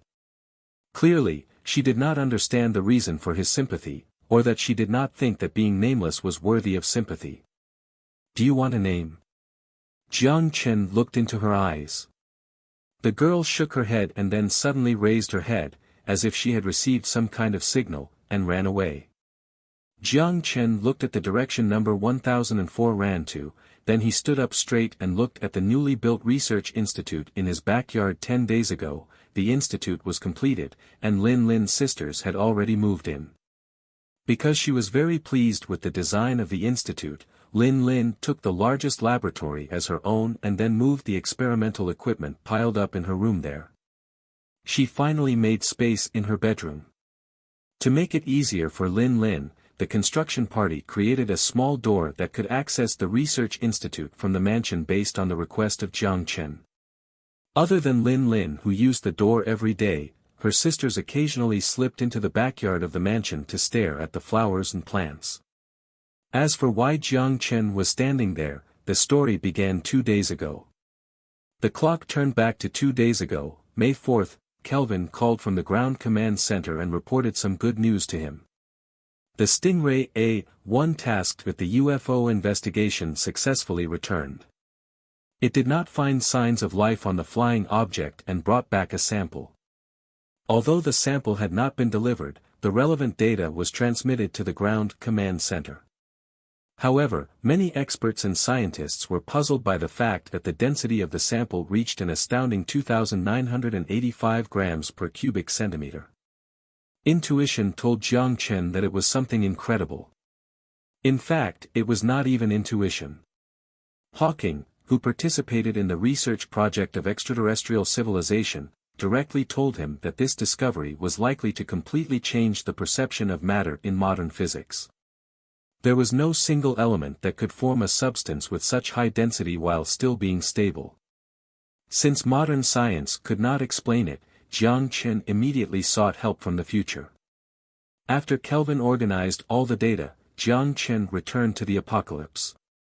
He tossed the USB stored with the highest class confidential information to Lin Lin. After receiving the data, Lin Lin completely locked herself in her lab for 2 straight days. Seeing her serious attitude, Jiang Chen did not bother her. He decided to stay in the apocalypse during those 2 days and had been taking morning and evening walks in the backyard. Just then, he saw Lin Lin at the door. The little girl didn't seem to have slept at all. She was yawning while walking toward him. I'm finally done. Wait, did you do something to my sister? Lin Lin, who was still tired, suddenly woke up as if someone had just shocked her. She suspiciously looked at Jiang Chen. What could I have done? Am I a pervert? Jiang Chen facepalmed. Lin Lin answered this question with her eyes and said with vigilance, I warn you, number 1004's research is related to space theory. She is my assistant in transporting living things into interdimensional travel. You can't give her strange thoughts. Whatever. Don't accuse me the moment you see me. So, did you figure out what the ball was? Lin Lin shook her head and sighed. 2,985 grams per cubic centimeter, the density is 2,985 times that of water at room temperature. It's far denser than the densest base metal, osmium, with a density of 22.6 gram per cubic centimeter. Do you know what this means? What does it mean?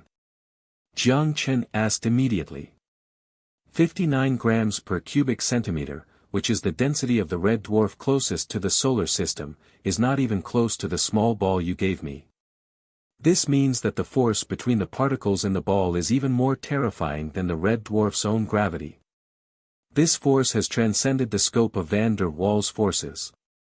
If I am not mistaken, there is only one possibility left. What possibility? Jiang Chen was in a state of shock. Strong interaction force. That small ball is composed of countless hadrons and even quarks. When she raised this hypothesis, Lin Lin revealed a strange expression. It looked like she was doubting her own hypothesis while being extremely convinced. Strong interaction force material. Is there any technology in the field before the war? Jiang Chen asked. Lin Lin looked at him like an idiot and glared at Jiang Chen. How could there be such a thing? Until the war, there was a lot of controversy about the existence of strong interaction force materials.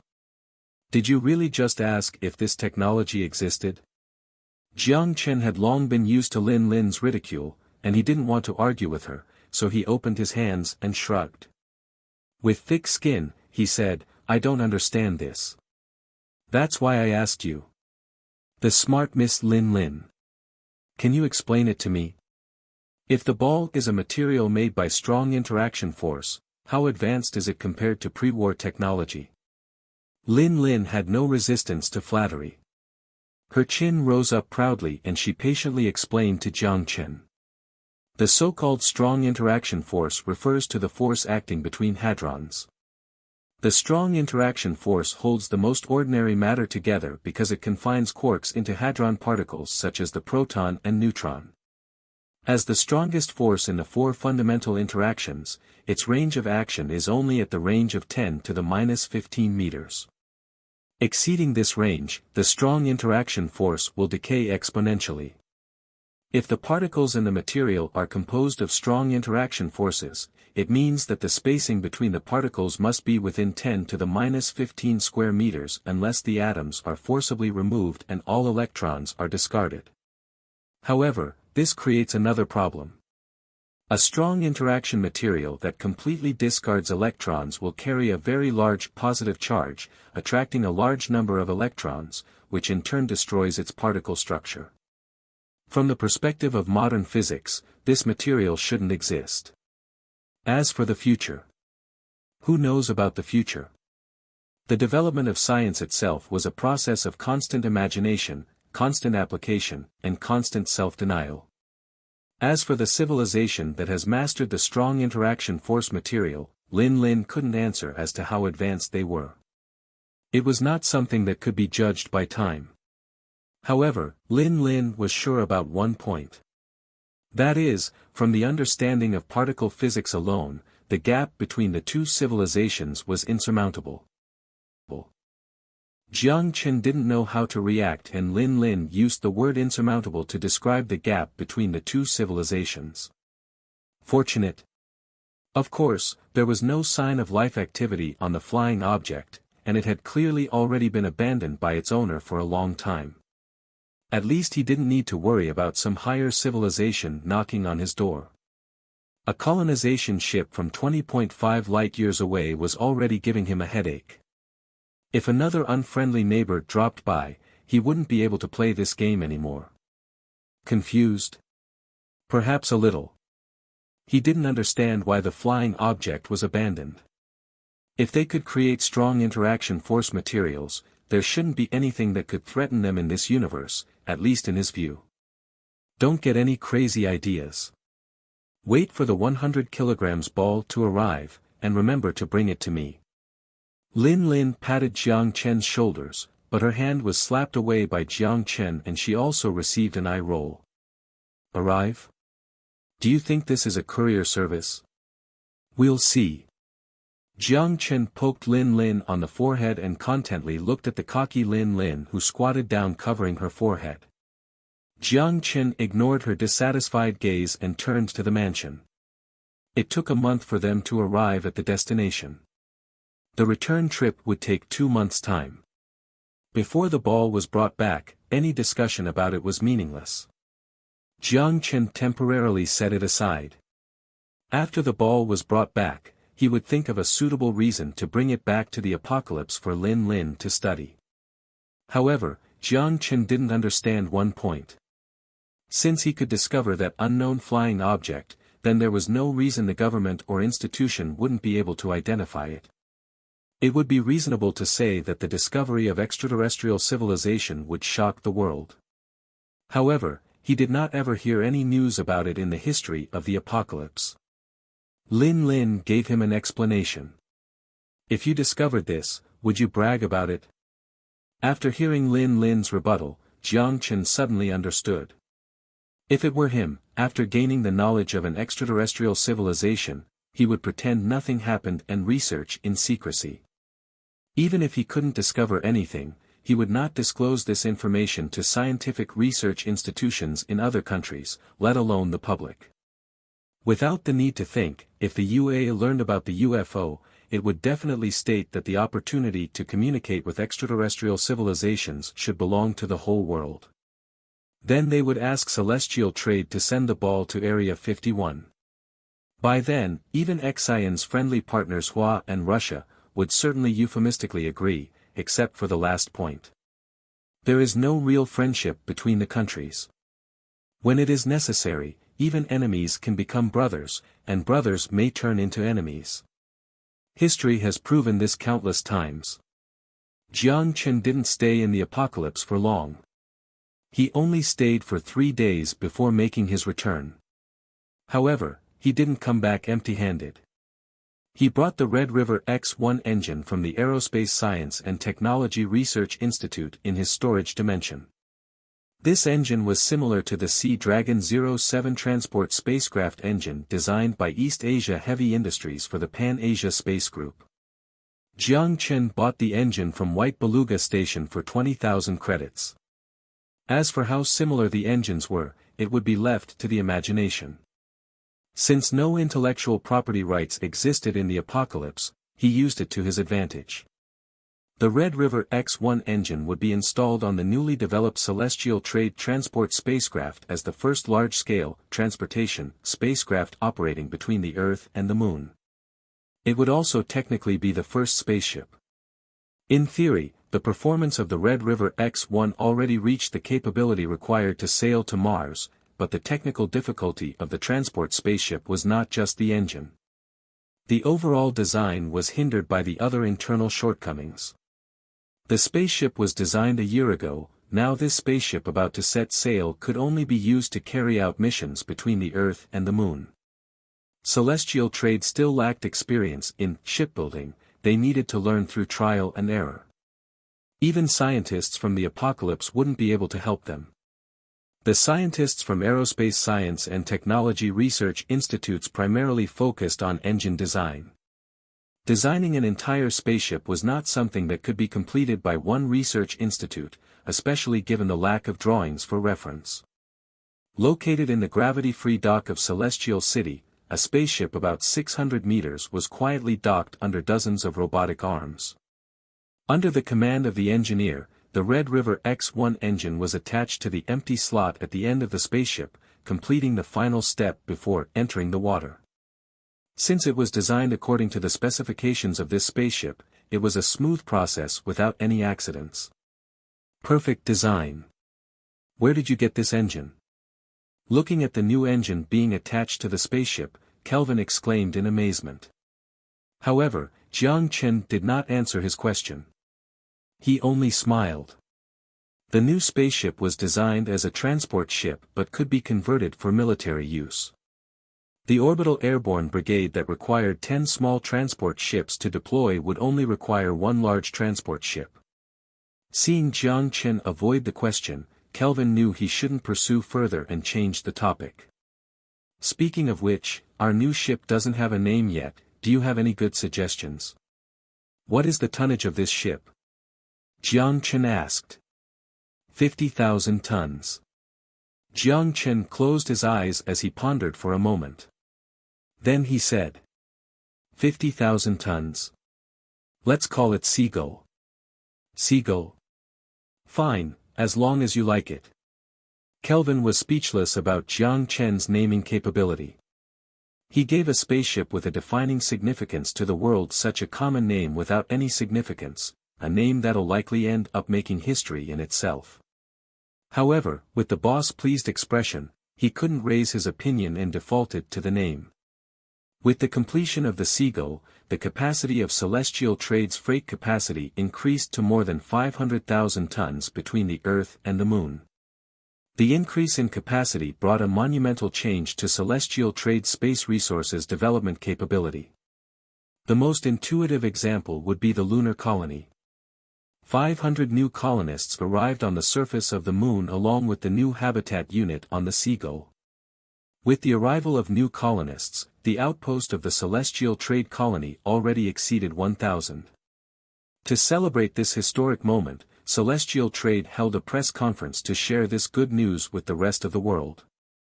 At the same time, through this rare opportunity, they made two announcements. The Moon colony will be renamed to Lunar City, now deserving of this name. As for the second, Lunar City will be open to individuals or institutions around the world for investment. I believe that everyone is aware of the content of the press conference from the materials in your hand. According to our discussions with Xi'an Space Agency, the Xi'an Lunar Colony will be officially renamed Lunar City. The city will also exist as a Xi'an municipality similar to Penglai. Xi'an will have judication and sovereignty right to Lunar City, and Celestial Trade will enjoy autonomy as a Xi'an enterprise in the city. When these words came out, there was a wave of discussion. Although these reporters from all over the world already learned Celestial Trade's decision to change the name of the lunar colony, the material didn't mention sovereignty over Lunar City. The right to establish sovereignty on the Moon. What a joke! Many journalists, especially Western journalists, raised their hand high. However, Jiang Chen just glanced at them and gestured for the journalists to wait. It is not the Q&A stage yet, keep your question to yourself. At 2 o'clock yesterday morning, the Seagull-class transport ship carrying 500 colonists arrived at the Moon. The population of Lunar City has now exceeded 1,000. Considering that the production units have been fully developed, from tomorrow on, Celestial City will open a travel route to Lunar City for all Xi'an citizens and foreign tourists holding passports. The venue was quite quiet, and the reporters who were eager to ask questions stared dumbfoundedly at the podium. It took them a full 10 seconds to digest this explosive piece of information. Someone began to applaud, then it quickly turned into thunderous applause that deafened the venue. And those netizens watching the live broadcast from their computers already began to cheer. They quickly typed on the keyboard while venting their excitement through countless comments and shares. Damn, this is amazing. It's shameful, our manned moon mission is still in the research stage, and they have already built a city on the Moon. Maybe by the time we go up, playgrounds and cinemas would be everywhere. Stupid, why do we need to research? A ticket is enough to go, why bother researching? I think all those in aerospace research should be laid off. The funding can be used to build more schools and help the poor. What did the aerospace research do? It's not like we have not been putting in all our effort, it's just that the competition is too spectacular. What do you want us to do? I don't care about anything else.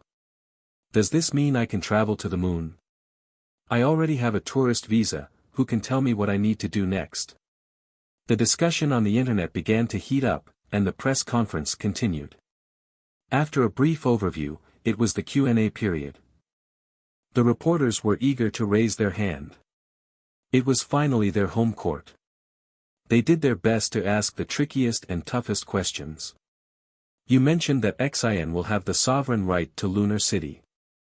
I want to ask if you learned about the United Nations Outer Space Treaty signed in 1967. The second article clearly stipulates that outer space, including the Moon and other celestial bodies, is not subject to national appropriation by claim of sovereignty, by means of use or occupation, or by any other means. The Colombian television reporter immediately raised a sharp question. From the eyes of the reporters in the front row of the venue, Jiang Chen saw similar questions. Obviously, all the reporters questioned the legitimacy of Celestial Trade's sovereign declaration. Jiang Chen adjusted the microphone and answered the question. The Outer Space Treaty was signed half a century ago. Until a year and a half ago, in the past half a century, only a total of 12 people successfully stepped onto the moon. Yes, until a year and a half ago. Obviously, the United Nations Outer Space Treaty, signed in 1967, is no longer applicable to the modern aerospace industry that has expanded at lightning speed.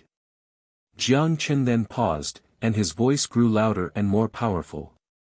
We have the technology that can send more people to the moon and even other celestial bodies to expand the territory for human civilization. Why do we still use ancient treaties to imprison our footprints? You think that we are declaring sovereignty on something that doesn't belong to us, right? Wrong. Absolutely wrong. We are just guaranteeing our legitimate rights and interests, proving that the wealth we create belongs to us. I remember that you are a UA citizen, and you declared the rights to America. At least we declared on no man's land, but you claim it at the expense of the Indians. Jiang Chen's rightful and just speech turned the Colombian television reporter speechless. To be precise, the reporter actually had more to say, such as, "This is totally two different things. Indians are also an inseparable part of our society. Please do not make statements that are harmful to the unity of society and people." However, according to the rules of the press conference, a reporter could only speak once unless in special circumstances. Jiang Chen indicated that he could sit down, so he could only swallow his rebuttal. The second reporter stood up and was a reporter from a XIN TV station. He naturally could not question the sovereign right of his own country. His concern was related to economics. In your speech, I noticed that you mentioned that celestial trade will open up Lunar City to the public. Does this mean that ordinary investors can also participate in the development of moon resources? If so, in which areas is celestial trade more inclined for cooperation? After listening to the reporter's question, Jiang Chen smiled and replied cheerfully. As a city, Lunar City naturally has no reason to be isolated from the world. We have never intended to monopolize the resources of the moon. Like Peng Lai, we welcome every visitor, immigrant, and investor. As for the specific areas of cooperation, there are too many. Rare earth resources, tourism, entertainment, metallurgical industry, power export, these 5 industries will be the economic pillars. Other than power export that involves confidential and sensitive technology for cooperation, investors have their choice to join us. The premise is to recognize the sovereignty of the city. It was not only the reporters present or the netizens watching the live broadcast that were focused on the press conference, but top government officials around the world also kept a close eye on the progress. Not many developed countries in the world welcomed immigrants. The number was even smaller for developed countries that welcomed Hua immigrants, and XIN was one of them. The top officials of Hua did not expect that the palm-sized country would have replaced the UA in just 4 years, becoming the first choice of destination for immigrants. The most unbelievable thing was that although they have raised the threshold of immigration several times, the number of Hua immigrants in XIN increased every year. In the past 4 years, the average number of immigration out of Hua reached 1.25 million, an increase of nearly 1 million compared with the previous 4 years.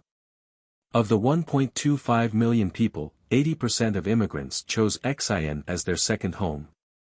What was even more incredible was XIN's government and celestial trade's attitude toward immigrants. They didn't seem to care about the security and economic problems that may arise from the influx of immigrants. They seemed to always find ways to digest these fast-growing populations. So far, XIN economy did not show any sign of weakness but was thriving with prosperity. As for security, it was even more remarkable. No criminals and terrorists exist there. Occasionally, a few robbers would smuggle into the country but were quickly tracked down by law enforcement drones, waiting to ambush them in the darkness of streets and teach them a lesson on how to properly behave. Needless to say, the name of Lunar City also gained the support of many Han. Not only because of the intimate feeling brought by its name, but also the cultural identity that is stronger than a blood connection. However, not everyone was pleased with the status quo. Humph. Lunar City. This time it is Lunar City. What is it next time? If they are not restricted, they will create a heaven city. In a quaint tea room, a man with a square face said with a gloomy expression on his face.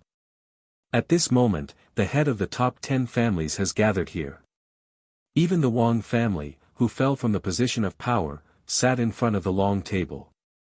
Although none of them were still in power, all of them were inextricably linked to the center of power. Although their opinions didn't represent the opinions of the Republic, they could at least represent the opinions of some important people. For example, the man with a square face was Zhao Yuyong, the head of the Zhao family. The two giants, Hua Aluminum and Hua Telecom, were controlled by the Zhao family. The former was a leading enterprise in the production of rare earths, and the latter was a large state-owned communication giant, demonstrating the family's wide influence. The reason why he held a prejudice against Xian was because the rare earth produced from the moon impacted the rare earth market in Hua. Under the banner of Hua Aluminum, the Zhao family constantly smuggled rare earth metal and profited for foreign companies. However, because of future mining's rare earth deposits in the ocean and on the moon, it squeezed into the market and further reduced the export price of rare earths. This resulted in at least billions of losses for the Zhao family every year. Zhao Youyong's speech received support from some people, but only some people. Lu Xianghua put the teacup down and began to act as the mediator. If they like the name, we can't stop them, right? Since the people like it, let them call it that.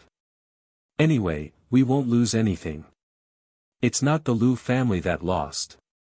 Although Zhao Yuyong thought this, he only sneered and didn't answer. If other people said this, he could rebuttal, but not against Lu Xianghua. The Zhao family didn't have the cleanest record, so he didn't need to offend people over commentary. Future mining's entry into Hua's rare earth market indeed harmed the interests of the country, but objectively speaking, the damage was actually limited. Although monopolizing the global market for rare earth exports, Hua never gained the pricing power of rare earth materials. The cost for sustainable mining and the cost for one-time excavation was night and day. The rare earth materials sold at a large discount naturally didn't come from sustainable sources. This became a tool for some people to fill their own pockets and resulted in a loss of more than $10 billion a year for the country. However, everything has two sides. Originally, it was a way to earn foreign exchange and join the WTO, so the country didn't control the export volume of rare earths. Now the country became the second largest economy.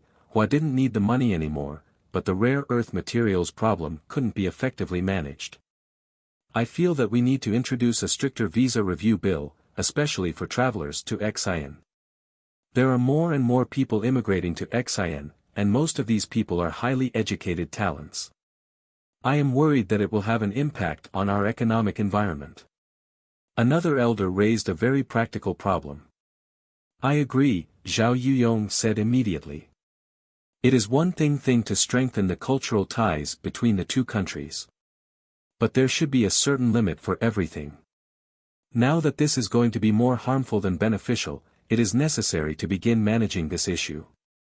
What's the problem? We have a lot of people. Yi Qinghua sipped his tea and smiled. When the British people ran to the Americas, no one stopped them from going out, right? We can't control everything and let the West make fun of us.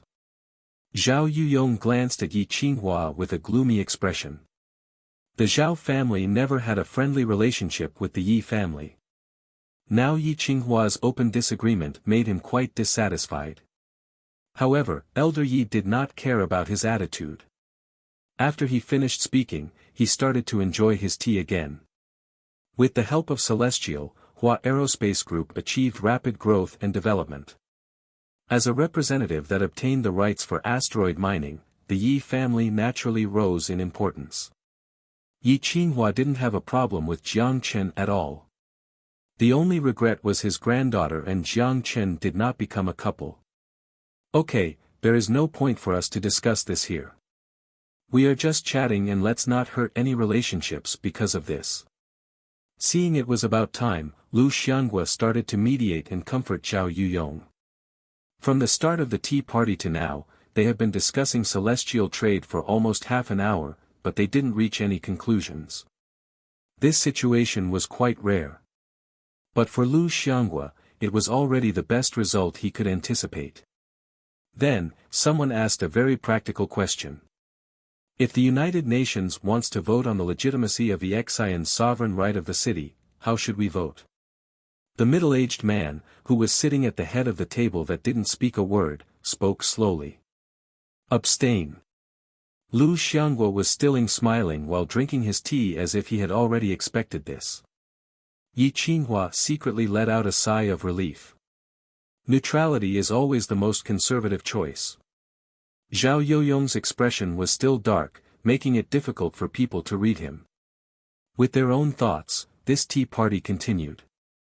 The same discussion, in different forms, happened all over the world. The UA capital was in a fierce debate at the start of the press conference.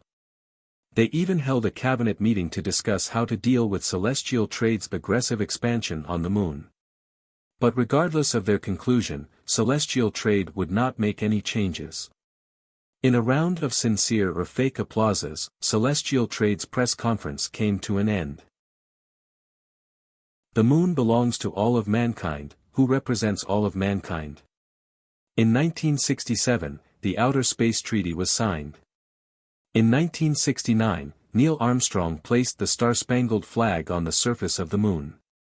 The so-called United Nations resolution was just a piece of paper, just like the United Nations itself. The moon belonging to all of mankind was also nonsense. It would belong to the people capable of landing there. On the surface, Jiang Chen was open for investment of moon resources to investors in other countries. But in reality, he just wanted to tie the international capitals with him to develop the moon for him. No matter how much money the investors invest in the moon, it would be on the basis that they recognize the legitimacy of Lunar City. Any expansion would be within the boundary of Lunar City and not New York or New Moscow. Taking 1,000 steps back, if someone dared to declare independence, Jiang Chen would shut down their water, electricity and air.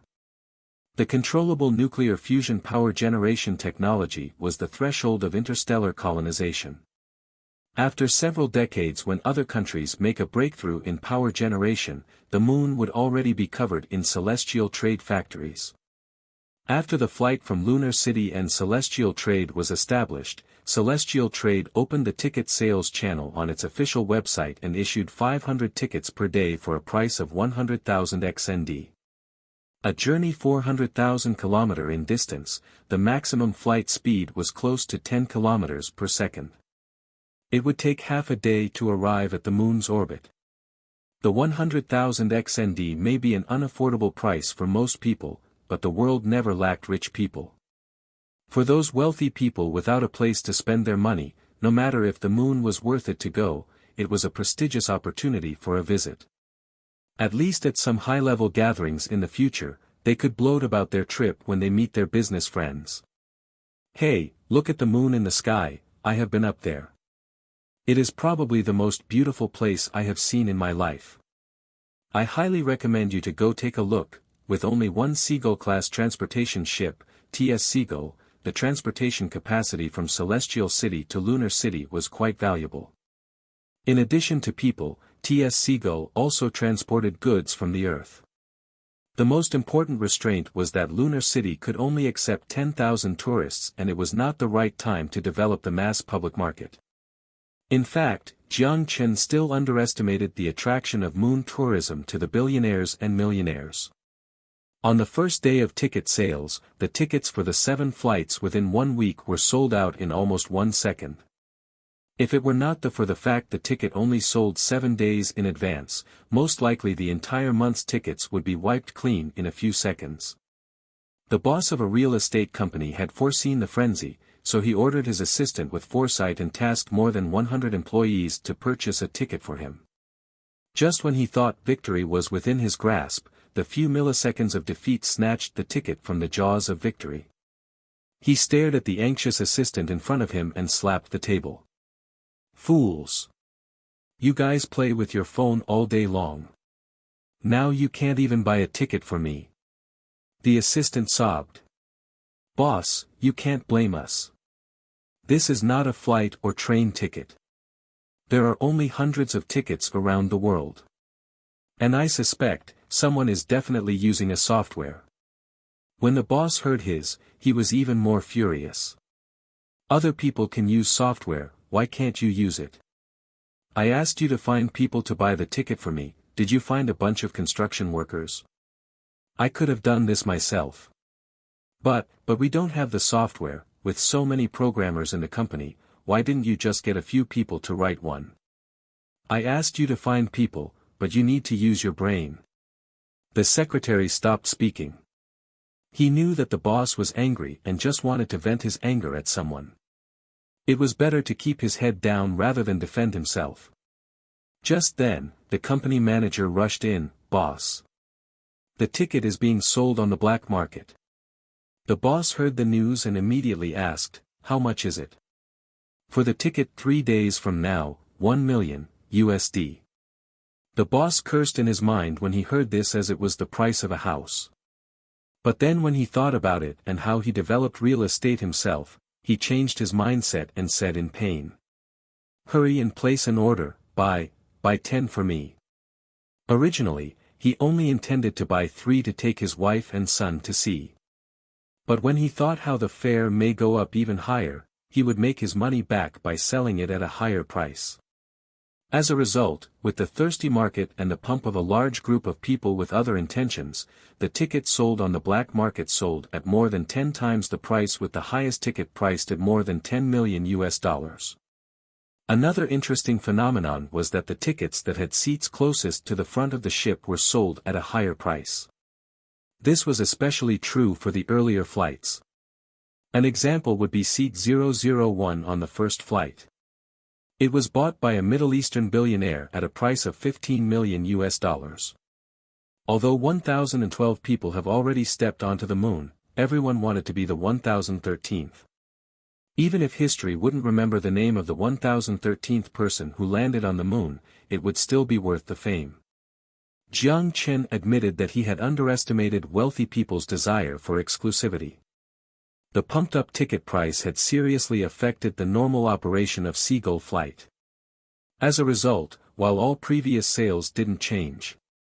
From the second day on, the sales of the tickets began to be linked to the buyer's identification information.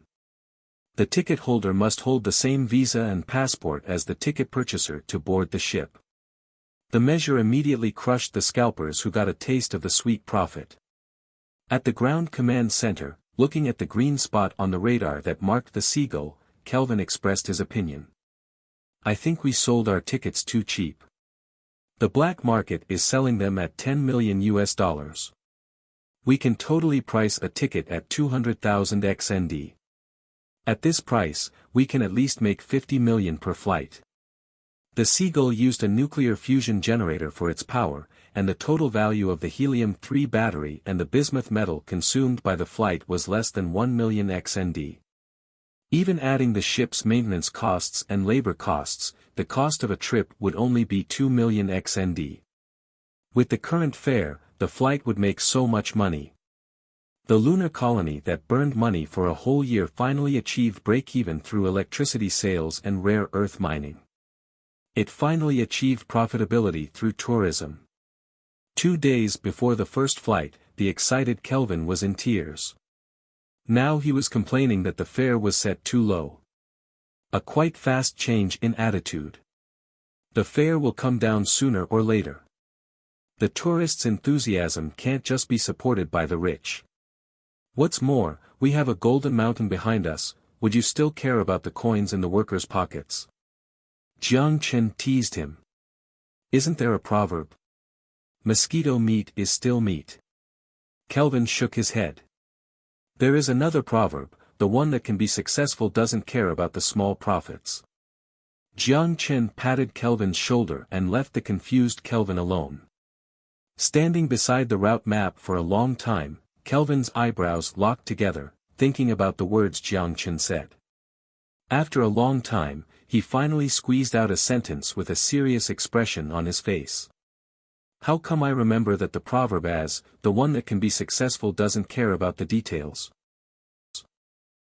Under Jiang Chen's order, Future Heavy Industries integrated its 20 industrial space stations in Celestial City and assembled a technical team involved in the design of the Seagull class to establish a subsidiary called Xian First Shipyard.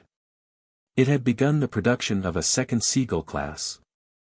The order of the second transport ship was still made by the Aerospace Department of Celestial Trade, but the new ship would not include a passenger cabin, but only cargo with low technical requirements. At present, Lunar City could only host a certain number of tourists, increasing the number of flights would only make it more difficult. The mission of this transport ship was to transport rare earth materials.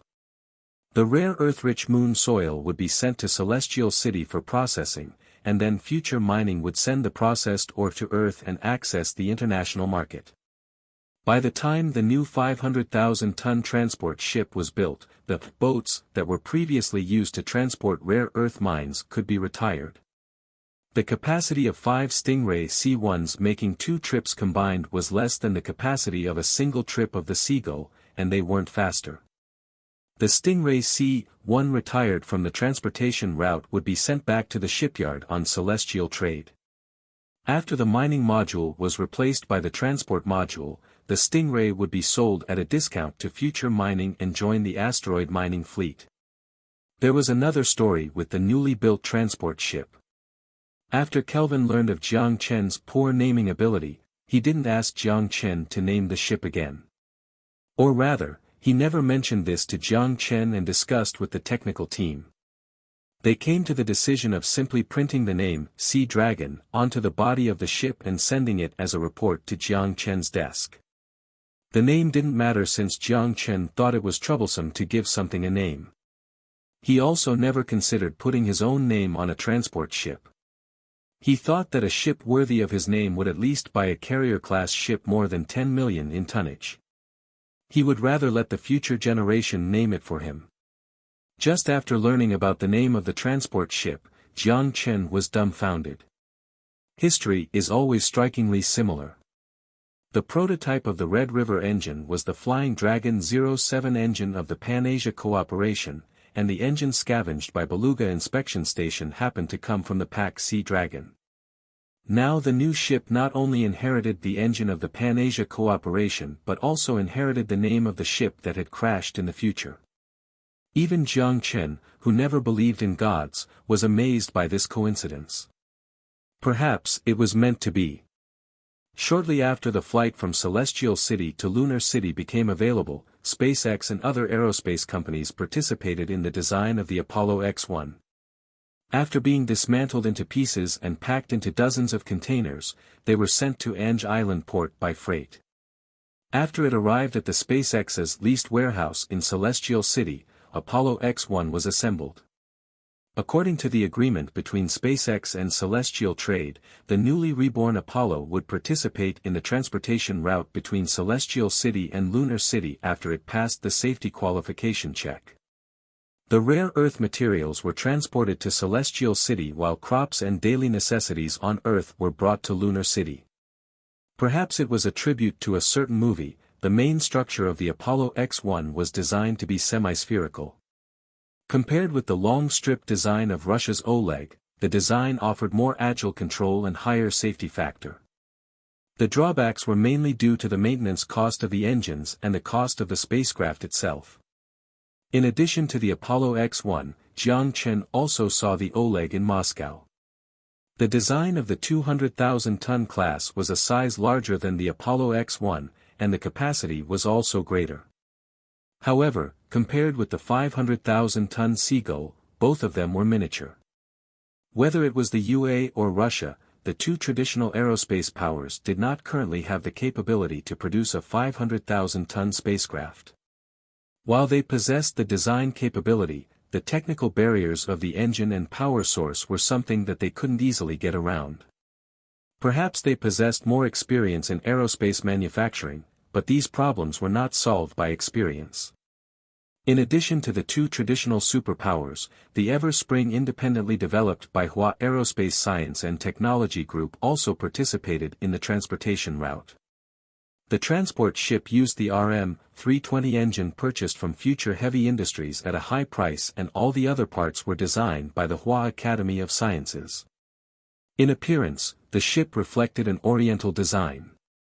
The mining speed of iron, aluminum, titanium ore and rare earth resources in Lunar City already far exceeded the transportation capacity between Lunar City and Celestial City.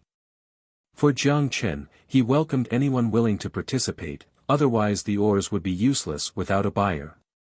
According to Jiang Chen's estimate, at least 50 ships with 100,000 tonnage were needed to fulfill the ores transportation demand. However, it was not something that could be rushed. Apart from XIN, there were only 3 countries capable of producing large transport ships. Although Nippon, ranked 4th in space technology, participated in the design of the Apollo X-1's observing system and navigation system, the country didn't have the capability to independently manufacture a 100,000-ton spacecraft. The 5th-ranked India was ambitiously preparing to design a 500,000-ton spaceship that stood shoulder to shoulder with the Seagull. However, they didn't figure out how to make it move after completing the ship design. It was soon mid-May, and Celestial Trade held the first Aerospace Science and Technology Expo in Celestial City.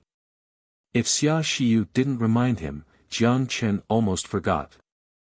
Future Heavy Industries' 12 products would appear in the expo, of which 7 were export products. The remaining 5 were only for exhibition, not to be sold. For example, the Stingray series aircraft that made countless people astonished. The P-1 mining type and the C-1 transportation type that had been eliminated from the fleet would be displayed. The expo would be held every year beginning from 2019. The significance of holding events was mainly to support other aerospace companies and help them find buyers. If Celestial Trade discovered something novel, they could also use this opportunity to procure it. To be honest, Jiang Chen did see a lot of interesting things at the air show, but he did not intervene in the procurement. He gave full responsibilities to the aerospace department, only they knew what they really needed in space. Xia Xiu accompanied Jiang Chen to the expo. When they appeared in front of the public, they became the focus of the air show. From the beginning of the expo, a large group of people surrounded them. People handed him their business cards, and after a short while, his hands were full of business cards of different languages. Jiang Chen was surprised by the fact that he stole the show from the Stingray X-1. It was like putting the cart before the horse. Chapter 1037. A trader from far away. In the lounge outside the air show, Xia Xiu stuffed the business cards into a drawer before letting out a long sigh of relief. I still don't understand. If we can produce ourselves, why do we give other people our order? Jiang Chen smiled and did not answer. From the position of CEO, Xia Xiu naturally wished for fewer competitors, but it was not something he wished to see. His identity was not just the shareholder of Future Group, but he also held many other positions. Whether Future Group or Celestial Trade all became leading giants with millions of employees worldwide, directly or indirectly providing jobs for tens of millions of people, all depended on him. To some extent, the Icarus effect already became evident on Future Group and Celestial Trade. That is, when the company was large enough and forms a monopoly in the market, the company's innovation would naturally be suppressed. The more conservative option would be to replace innovation, and it would become the first consideration in managers' decision-making process. If Future Group and Celestial Trade only absorbed technology from the apocalypse like a sponge, in the short term, there would be no problem as they could easily form a monopoly. But what would happen after the monopoly? With only the technology of the apocalypse, there would be no chance of winning against the invasion of harmony. Without competition, there would never be innovation. Jiang Chen dared to assert that if he did not open the space elevator to the international community and encouraged the development of other private aerospace companies, it would not be an exaggeration that Celestial Trade would use the same Seagull for the next century. Sometimes giving others some breathing room was also for his own benefit. The space elevator has been built for so long, yet I have rarely used it. Jiang Chen smiled and changed the topic as he gazed at the blue planet outside the window. From this angle, the Earth's pristine white clouds resembled an eggshell. Under the distant sunlight, it reflected a faint glow. If the people on Celestial City didn't constantly stare in this direction, they would even have the illusion that Earth was just a mural on their windows. It is also my first time being up here. Xia Xiyu pressed her face against the window. Her eyes gazing at the Earth glowed with fascination. She whispered softly, "Did you know? When I was young, I dreamed of being an astronaut. It's normal. I wanted to be a scientist when I was a child." Jiang Chen smiled. It turns out that the dreams of a child were not reliable after all.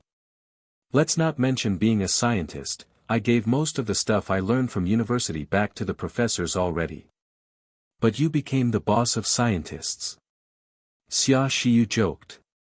And you also become the CEO of astronauts? Jiang Chen laughed. Just then, he received a call. When he opened the holographic screen and heard the voice from the other side, he couldn't stop smiling. "I see." After a simple reply, Jiang Chen hung up the phone, used his fingers to slash the holographic screen into digital fragments, then sat up from the chair. He then told Xia Xiyu, who was standing next to him, "I need to head out for a moment." "Is there something wrong at the air show?" Xia Xiyu asked. "No, it's just some work." Jiang Chen smiled. Affected by the policy and the deterioration of bilateral relations between Xian and the EU, only a few companies from the EU member states participated in this expo. However, policies were never absolute. Xian's counter-sanction against European companies were mostly aimed at the financial and commodity sectors. There were still many European companies that used the UK to partner with celestial trade. For example, an aerospace company from Brussels, Belgium, participated in the first Celestial Trade Aerospace Science and Technology Expo, and also brought some very interesting information. Is the information reliable? Walking quickly in the hallway, Jiang Chen confirmed again. Tightly following Jiang Chen, Aisha nodded. Monica has verified the company in Belgium. Its main business is the production of high-precision gyroscopes and infrared Earth sensors.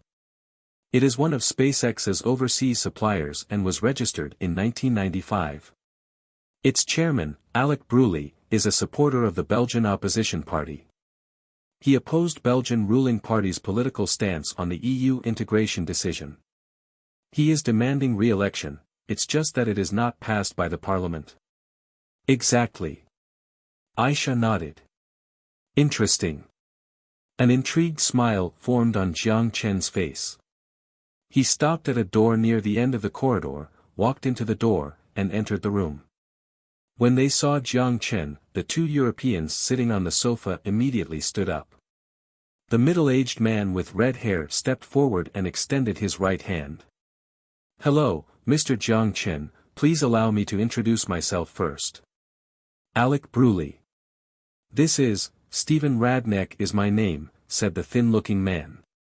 Looking at Jiang Chen in excitement, he incoherently said, "Listen, you must stop him, the devil will ruin Europe." "No, he will ruin the world." Jiang Chen and Aisha looked at each other, and Alec quickly pulled him aside and gave him a wink. "Calm down, man. I am a researcher from the Golden Apple Project." Once again interrupting Alec's words, Stephen calmly confessed. Alec stopped, Aisha's expression did not change, and Jiang Chen examined him a few more times. Although he admired his courage, after hearing his identity, Jiang Chen was still slightly disappointed, but he did not show it on his face. Instead, he whispered, "We don't care about the golden apple." Stephen sneered. "That's because you don't know what experiments they are doing."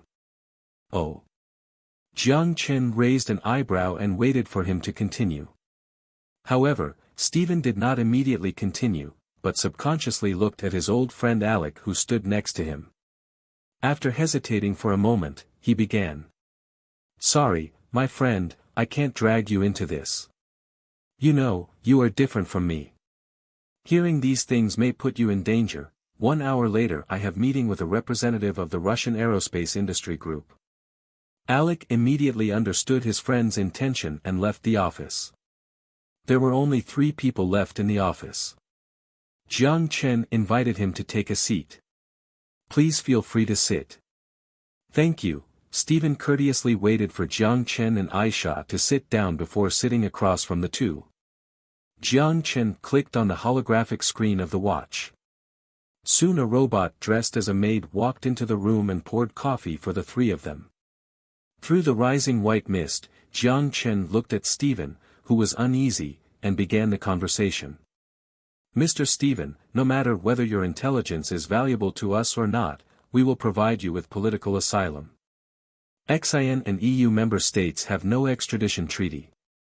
The Freemasonry also can't reach their hands into my backyard. You can be assured about this. So now, can you talk about what exciting news you know?" "No." Taking a deep breath, Stephen sorted out his thoughts and slowly began to narrate. "First of all, from the Golden Apple Project, you may feel what you hear next is obscure, but it is true. The experiment on Golden Apple can be traced back to the Freemasonry's discovery of extraterrestrial civilization during World War II. Jiang Chen raised his hand and stopped him. "You don't have to tell me the background of the Golden Apple Project. We know what the Golden Apple is for. It is used to communicate with an extraterrestrial civilization, right? But as far as I know, your research has not progressed." "We really have no progress with extraterrestrial civilizations," Stephen stressed. "But it does not mean we have no progress in other areas. Such as? For example, I found this in the Research Institute." As he made up his mind, Stephen took a deep breath and slowly took out a box of cigars from his pocket. "This is a research report." Jiang Chen watched him take out and slowly unfold a piece of paper rolled into a cigar. Looking at the crumpled paper, Jiang Chen moved closer. Although he could not understand academic reports, from the first few lines, he understood the abstract of the report. And his nonchalant attitude turned more serious. "The interference of the brain wave resonance effect on the nervous system?" Stephen nodded and patiently explained to Jiang Chen the contents of this report. "In short, it's brainwashing. You know, we've accidentally discovered a very interesting phenomenon when we used the embryonic stem cell-induced differentiation technology to find a more efficient production method for golden apples. First, I have to clarify that I'm not involved in the follow-up experiment. You don't have to worry, keep going." Jiang Chen raised his hand and stopped his statement, indicating for him to focus on the topic at hand. Stephen took a deep breath. "We studied brain extract and found that if the brain extract is exposed to gamma rays, the cells will differentiate into a special substance while rapidly decaying and attenuating." "A special substance? What kind of special substance?" Jiang Chen frowned. "It's similar to what we're looking for in the brain extract, but there are a few differences." A terrified expression appeared on Stephen's face. "We were close to the results. If these substances can be modified slightly, the cost of producing golden apples will be reduced by several factors. However, a hypothesis was proposed that this special substance may be related to the mechanism of excitement. Be more specific." Jiang Chen reminded him. "The point is the hypothesis suggested by that person. The administration approved the subtopic research and provided us with human subjects for the experiment. After the experiment, most of the subjects died because of brain death or excessive excitement induced in the brain, but a small number of people survived. And among those who survived, we summed up the results and reached a conclusion. When a certain dose of radioactive material is used to stimulate a specific area of the brain, it can interfere with cognition. For example, we succeeded in getting a certain subject to believe that he is a goat. I'll take this report." Realizing the seriousness of the problem, Jiang Chen picked up the report and immediately stood up. "Please stay here for a while, I will get someone to bring you a card." There is 10 million XND in the account. Stephen stopped, then argued, I am not doing this for the money, I know, but no one can have too much money, right? And your account in Europe is probably already frozen. Jiang Chen patted him on his shoulder and smiled, this money is yours to keep. Stephen stayed in the lounge alone, and Jiang Chen took Aisha into the hallway. Do we need to spread the news out? Aisha asked. No, this is a serious matter. If it is done well, it may be a good opportunity for us to reverse the situation in Europe. Before we start, we have to discuss with our allies, we need their cooperation. Jiang Chen then called Natasha. Although Natasha already withdrew from the Russian intelligence system, she would certainly be able to find the right person to take this matter over. Without spending any time to flirt, Jiang Chen was direct. If Frankfurt knows that their chancellor is actually controlled by the Rothschild family, what do you think will happen? Natasha sighed slightly, and soon realized what he meant. She whistled and joked, this is a great question. 80% of UA's citizens know that the capital's shareholders are Wall Street, but can they do anything about it? It was not that the Russian Federal Security Agency did not consider making the role of the Freemasonry in the integration of the European Union public, but the truth was drowned in countless conspiracy theories. In the eyes of most people, Rothschild Bank was only a second-tier bank. They thought that multiple European right-wing parties were manipulated by the Freemasonry was only a joke. The really clever trick was not to put a patch on the history or truth but to confuse the audience with a lot of false rumors. Not to mention the fact the Russian Federal Security Agency couldn't find any key evidence. Even with evidence, what could they do? These are two topics, one is just to exert influence behind the scenes, but the other is related to crime against humanity, that is, interference at the cognitive level. Brain. Crime against humanity. Wait, can you elaborate? Natasha couldn't keep up with Jiang Chen's thought process and confirmed again. Jiang Chen retold his conversation with Stephen. He emphasized that the research institutions of the Freemasonry used the missing population as experimental subjects and studied brainwashing. Natasha then was aware of the seriousness of the problem. However, she did not immediately believe it but cautiously asked. Can you determine the authenticity of that report? And the identity of the researcher? He is under our control. Our people will verify the authenticity of the intelligence in Europe. Having said that, Jiang Chen paused for a moment and emphasized again. This is an opportunity. If we seize it, it may become a breakthrough. What the truth is not important. What is important is to guide people to believe what is the truth. Even if the Freemasonry does not brainwash the political parties in its sphere of influence, as long as we can reveal that they are suspicious in this regard, we can create a revolution in Europe. Natasha took a deep breath to calm her pumping heart. I need to make a call, 10 minutes. No, 5 minutes is enough. I will give you a reply in 5 minutes. Hurry. Jiang Chen hung up. Just like Jiang Chen said, this was a once-in-a-lifetime opportunity. Ghost agents already helped the Russian security service transport weapons and equipment to the opposition party in Frankfurt for over a year, but until now they didn't find a suitable opportunity to use these weapons. Both the insurgents and the Russian intelligence personnel were waiting for an opportunity to crush the Rothschild family. Now, the opportunity emerged. Researcher at the Institute of Rothschild Bank broke the news, illegal research on brainwashing human subjects. Frankfurt Prime Minister is controlled by a mysterious organization. Demystifying the story of the Freemasonry in European integration, the European media is collectively silent, the poor people are living in lies, this is bullshit. When did the New York Times start to report on these inconspicuous reports? Carmen slammed the newspaper on the table and rubbed his hand on his chin. Through the haze in his pupils, it was evident that he was not in the most pleasant mood. The Research Institute was indeed researching brainwashing technology, but he could swear to God that he did not use brainwashing technology on those politicians. Of course, if the brain specialists under his command could achieve a 100% success rate, he would not mind doing so. But without certainty, it would be a headache to just explain where the missing public figures went. Standing in front of Carmen's desk, his assistant hesitated for a moment, then finally reported. The news was uploaded from the news channel of Future 1.0. At first, the news spread only on the internet before being reprinted by newspapers.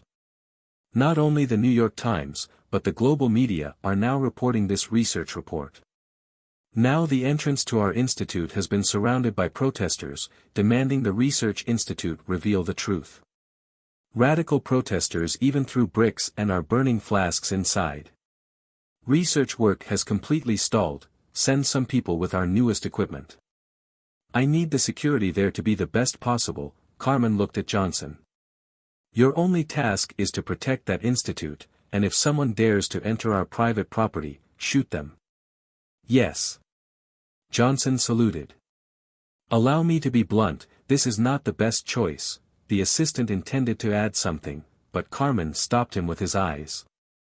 He took 2 steps back and shrugged. Okay. The assistant bowed his head and left the office. The office was quiet once again.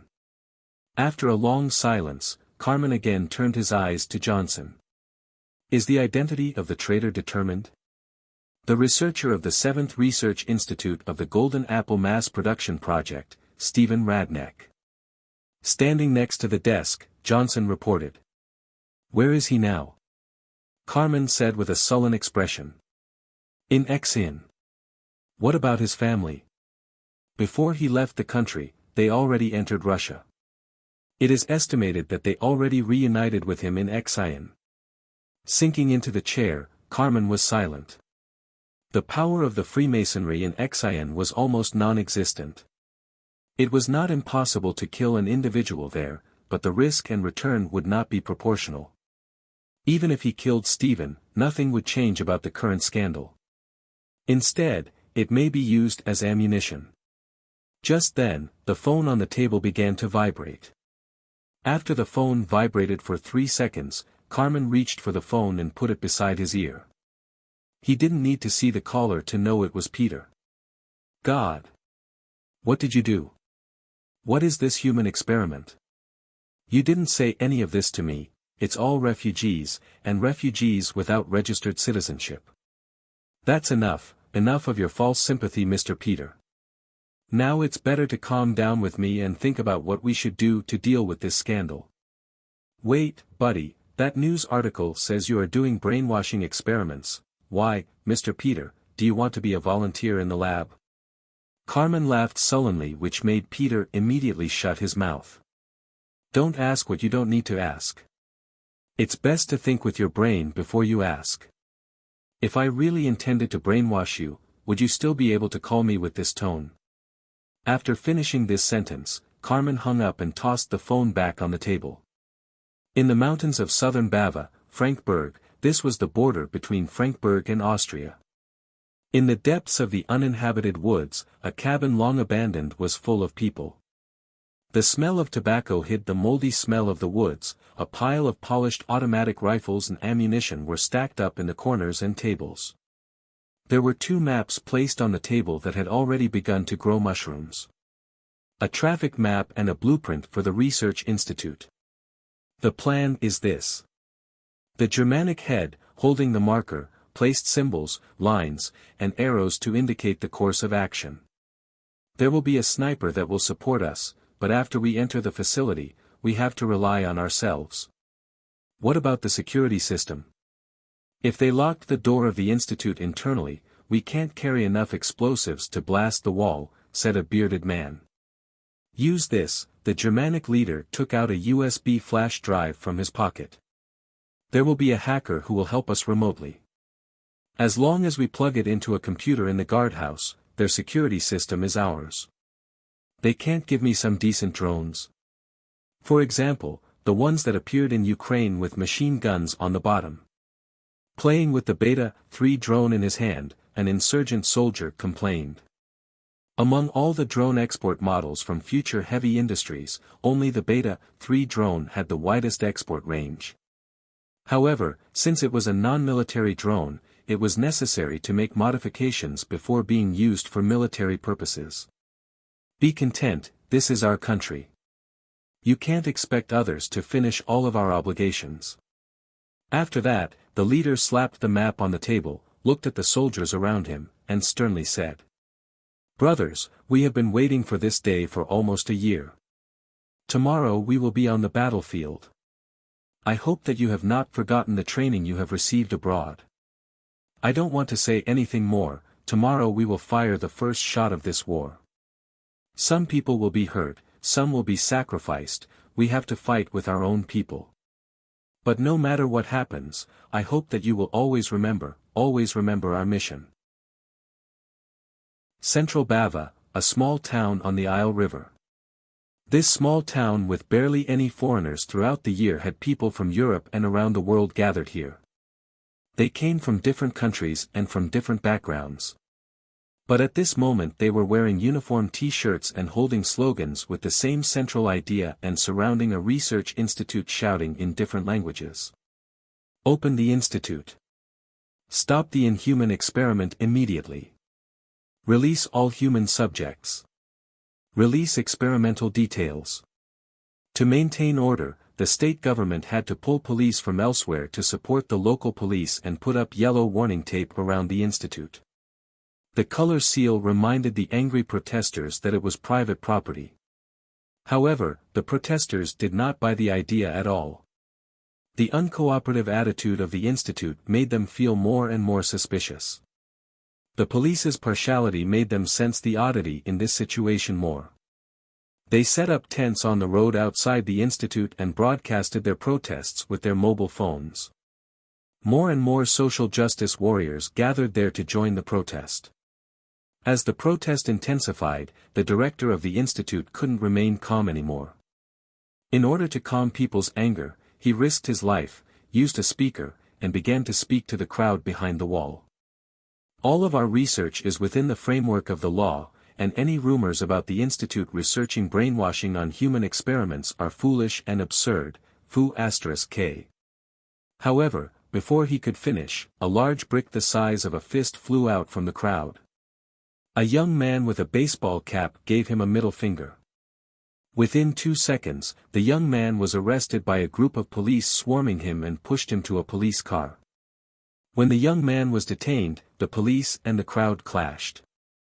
The shouting and pushing made the scene extremely chaotic and the peaceful demonstration evolved into a violent conflict. Garbage and bricks were thrown over the wall and some landed on police and police cars. Carefully avoiding the bricks, the director of the institute evacuated behind the explosion-proof shield. Fu*K. Are these people crazy? Once back in the institute, the director named Carol cursed and slammed the speaker on the ground. In his heart, he already cursed Stephen countless times. Because of that nobody's betrayal, the entire 7th Institute was pulled into the center of a massive scandal. You should be glad that bricks are flying. I just found burning flask in the crowd. Although the guy hesitated and didn't ignite it. I encountered this weapon in Iraq. If even a little bit touches you, you will turn into a piece of charcoal. A mercenary joked as he put the explosion-proof shield aside. Carol eyed the mercenary and grunted while fixing his messy collar. Look after your position, if you let the violent protesters in, you know what will happen. They can't get in, the mercenary shrugged and patted the pistol at his waist. If they cross that door, we will shoot. Just as Carol walked into the institute, several vans were parked at a closed restaurant 2 blocks away. More than a dozen men wearing thick coats stepped out. They carried guitar cases or suitcases and hurried into the restaurant. Almost at the same time, on a hillside 1 kilometer away, a canvas bag was thrown into a patch of tall grass filled with weeds.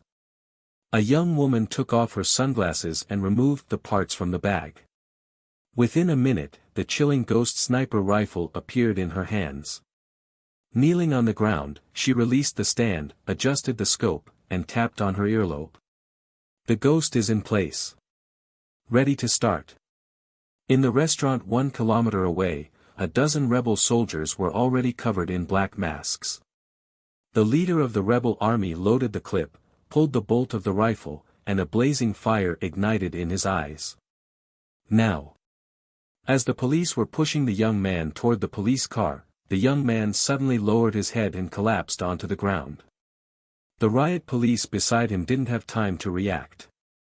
As he was about to pull him up, an intensive round of gunshots came from the crowd and hit them.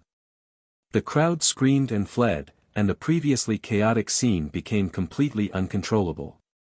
Hit by several bullets, the police uniform was soaked in blood. The sheriff who led the team leaned against the car and aimed at the crowd. However, because he couldn't spot the militants, he spat out blood and fired a few bullets into the air before cursing. "These damn bastards!" The mercenaries inside the wall rushed to the nearest cover immediately and took over the automatic weapons thrown from their comrades behind them. There were exoskeletons in the institute, but no one wanted to wear something that heavy. Now they could only fight behind cover against these rioters to delay time while waiting for support to arrive. It shouldn't be difficult, if it was just a group of ordinary rioters. The automatic rifles in their hands were no different than sticks. The leading mercenary gestured for his comrades to prepare themselves behind the bunker, but he didn't get the opportunity to speak reassuring words. Pang! Without any warning, a bullet lifted his skull. Under everyone's watch, the brain matter of the NATO veteran from Iraq was scattered all over the concrete floor behind him. Sniper! The captain immediately took over the command. He tightly pressed his head against the wall and yelled at his team. Search for cover. Lower your head, Fu*K. There was another bullet. The sniper pruned on the top of the build fell down with his sniper. Now they were completely suppressed. The exchange of fire between the militants and the police soon ended. The police had nothing but pistols, explosion-proof shields, as well as tear gas. No one thought that this would happen. They never expected to exchange fire. Smoke bomb. The mercenary behind the cover threw out a smoke bomb, and the smoke quickly dispersed the battlefield. On the hill 1 kilometer away, the Eastern European beauty sneered. She gently pressed the radio life detection device button on the scope. Then she calculated her lead before pressing the trigger at the target that began to move. Bang! She pressed the trigger and the bullet pierced through the thick smoke. The sniper 1 kilometer away used the radio life detection device on its scope to harvest the life of the mercenaries attempting to retreat. But when Arrow mercenaries realized this, 5 people had already fallen under her sniper. *T. He can see us. The cement slag splashed against his face, and a frightened mercenary fell behind cover while yelling into the intercom on his shoulder. The bullets of the automatic rifle scratched over his helmet, but he didn't dare to fire back at the rioters. He saw with his own eyes that a comrade 5 meters away died under the muzzle of the sniper rifle. He couldn't understand how the sniper locked onto them through the thick smoke. Their smoke bombs had a pseudo-infrared function. Even with thermal imaging, it was only possible to see bright white or bright red. Just as he was still shocked about what happened, a white pickup truck slammed through the entrance of the institute and rushed toward his rear. He saw from the corners of his eyes that there was no one in the driver's seat, and 2 burning oil drums were tied behind the carriage. He had no time to react, and the deafening explosion pierced his eardrums. The scorching air swept through the open space in front of the institute, and the burning fire swallowed all the smoke. Perfect. The militant leader peeked out from cover and looked at the defense engulfed in flames. A merciless smile formed on his already cold face. He raised his hand and waved his fist forward. A dozen armed soldiers left cover and fired in the direction of the institute. Under the cover of heavy machine guns and a sniper rifle, they pushed forward. The protesting crowd had disappeared, and bullets flew freely between the 2 sides. Arrow's mercenaries placed 2 heavy machine guns on the roof and hid behind the steel reinforcements to fire at the militant soldiers. The sudden, unexpected firepower caught the militants off guard as 5 soldiers were torn into pieces by heavy machine guns. Fu*K, they hid 2 heavy machine guns in the institute. Behind the armored police car, the militant leader cursed and gestured to the soldiers behind him. Soon, 4 RPGs were aimed at the 2 machine guns. Followed by 4 whistling noises, the explosive warhead burst in the building, and the walls with reinforced concrete collapsed. With the loss of the 2 heavy machine guns, Arrow's firepower decreased substantially and was suppressed by the militant soldiers. The sniper in the distance forced them to stay under cover. Seeing that the situation was turning south, the head of the mercenaries had to order a retreat. Soon, the militant soldiers with automatic rifles rushed downstairs in the main building. They fired at the lock of the iron gate, then knocked open the door with the stock. A grenade was thrown inside, and as the dust of the explosion oozed out from the room, 4 soldiers against the wall rushed in. They had already practiced this drill countless times while training abroad with expertise no inferior to anti-terrorist forces. The militant soldiers inside divided into 2. One team immediately rushed to the 2nd floor to clean up the rest of the mercenaries, while the other team headed to the basement entrance to suppress the mercenaries who didn't have time to evacuate into the underground passage. Based on the information provided by Celestial Trade and the structural map of the institute, the 7th Institute was only an affiliated research institution of a pharmaceutical company. However, behind the scenes, it was conducting a special project called the Golden Apple Project, and all the sensitive experiments were conducted underground. The entrance to the underground was an alloy door that was comparable in thickness to any bank's vault. It was basically impossible to open from the outside. After being attacked by the militants, the director Carroll, under the cover of mercenaries, brought all the researchers involved in the Golden Apple Project into the basement. As long as the door was closed, there was no chance for the militants outside to enter. In half an hour at most, reinforcements would arrive. Even if these rioters had 3 heads and 6 arms, they wouldn't be able to escape the cleansing power of Arrow mercenaries. However, things didn't develop in the direction they expected. The leader of the militants entered the guard room and pushed away the corpse of the security guard in front of the computer. He took out a USB drive from his pocket, inserted it into the computer, then he executed the program inside. Almost in an instant, a large number of black boxes and progress bars covered the screen. According to the agreement, Celestial Trade could hack the system through the Institute's internal network.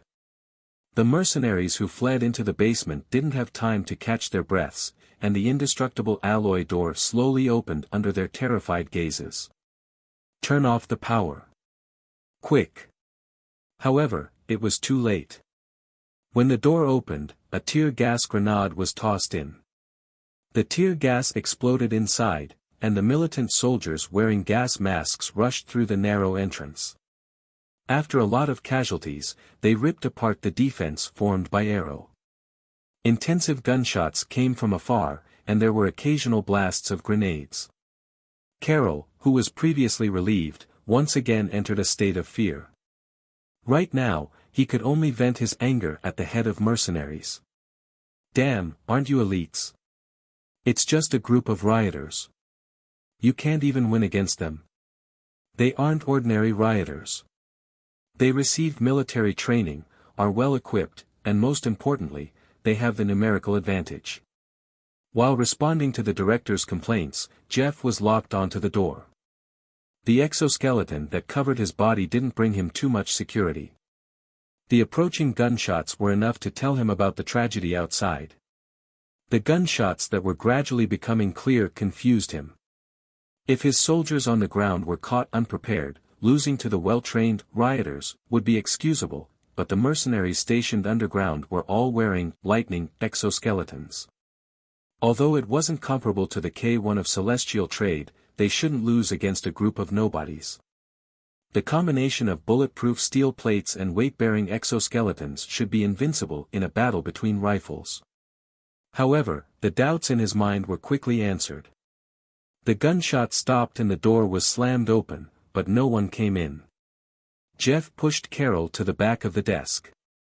With the other 3 mercenaries, they scattered to the 4 corners of the room. Jeff held his breath and his crosshairs locked on the door while his left hand touched the grenade launcher hanging under the barrel. However, a tubular grenade rolled in front of him at this very moment. Grenade! With a roar, he instinctively bunkered down, but the expected explosion didn't arrive. He only heard static noise passing through his ears before his limbs seemed to be filled with lead. A drop of cold sweat rolled down his forehead, and he seemed to understand what happened. If there were any weaknesses in the lightning exoskeleton designed by Krupp Group, EMP was one of them. Although Celestial Trade only provided a small number of EMP grenades to these militant forces, it was enough for them to win this battle. When Jeff heard the static noise, his heart sank. The stiffness from his joints allowed him to confirm one thing: the exoskeleton covering his entire body had completely shut down. With both hands pressed against the ground, he gritted his teeth and desperately wanted to get up.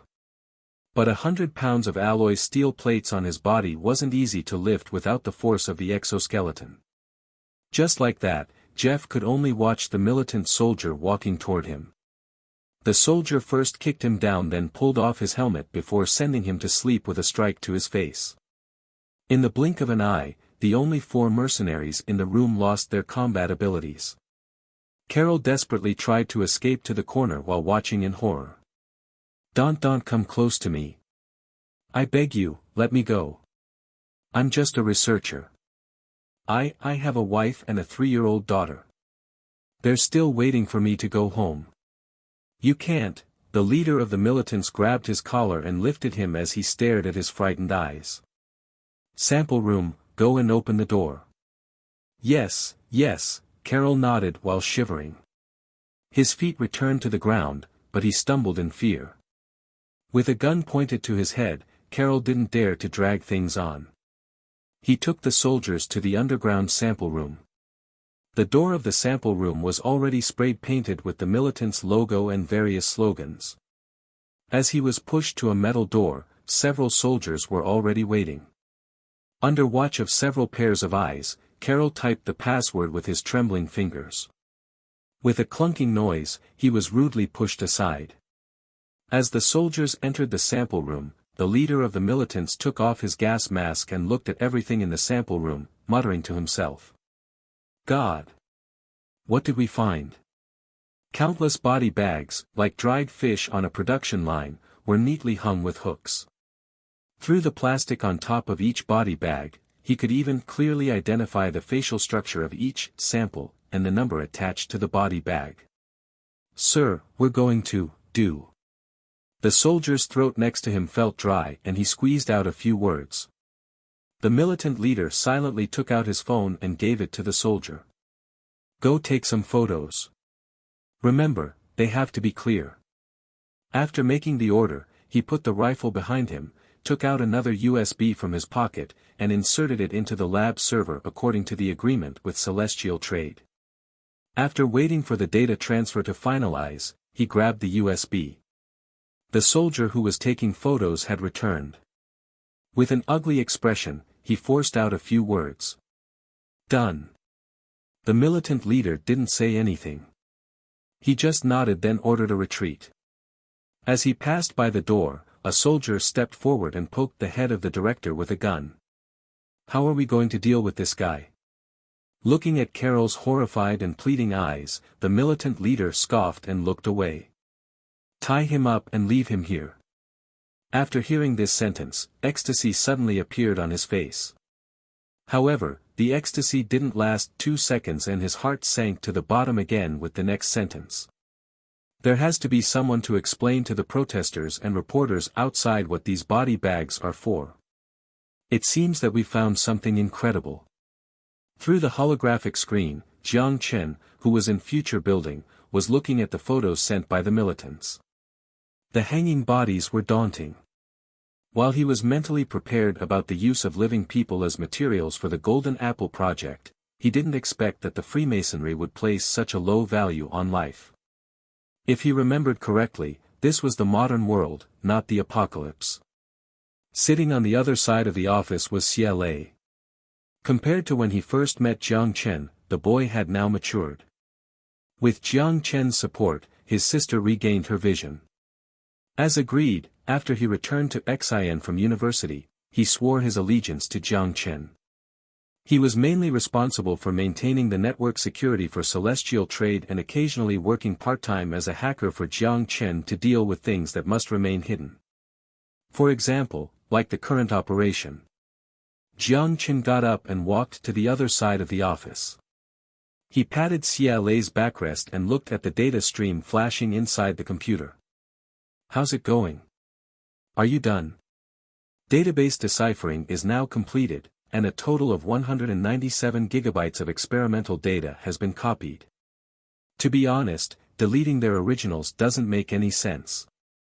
As long as they aren't stupid, they probably periodically back up the lab's data to a specific location on the hard disk.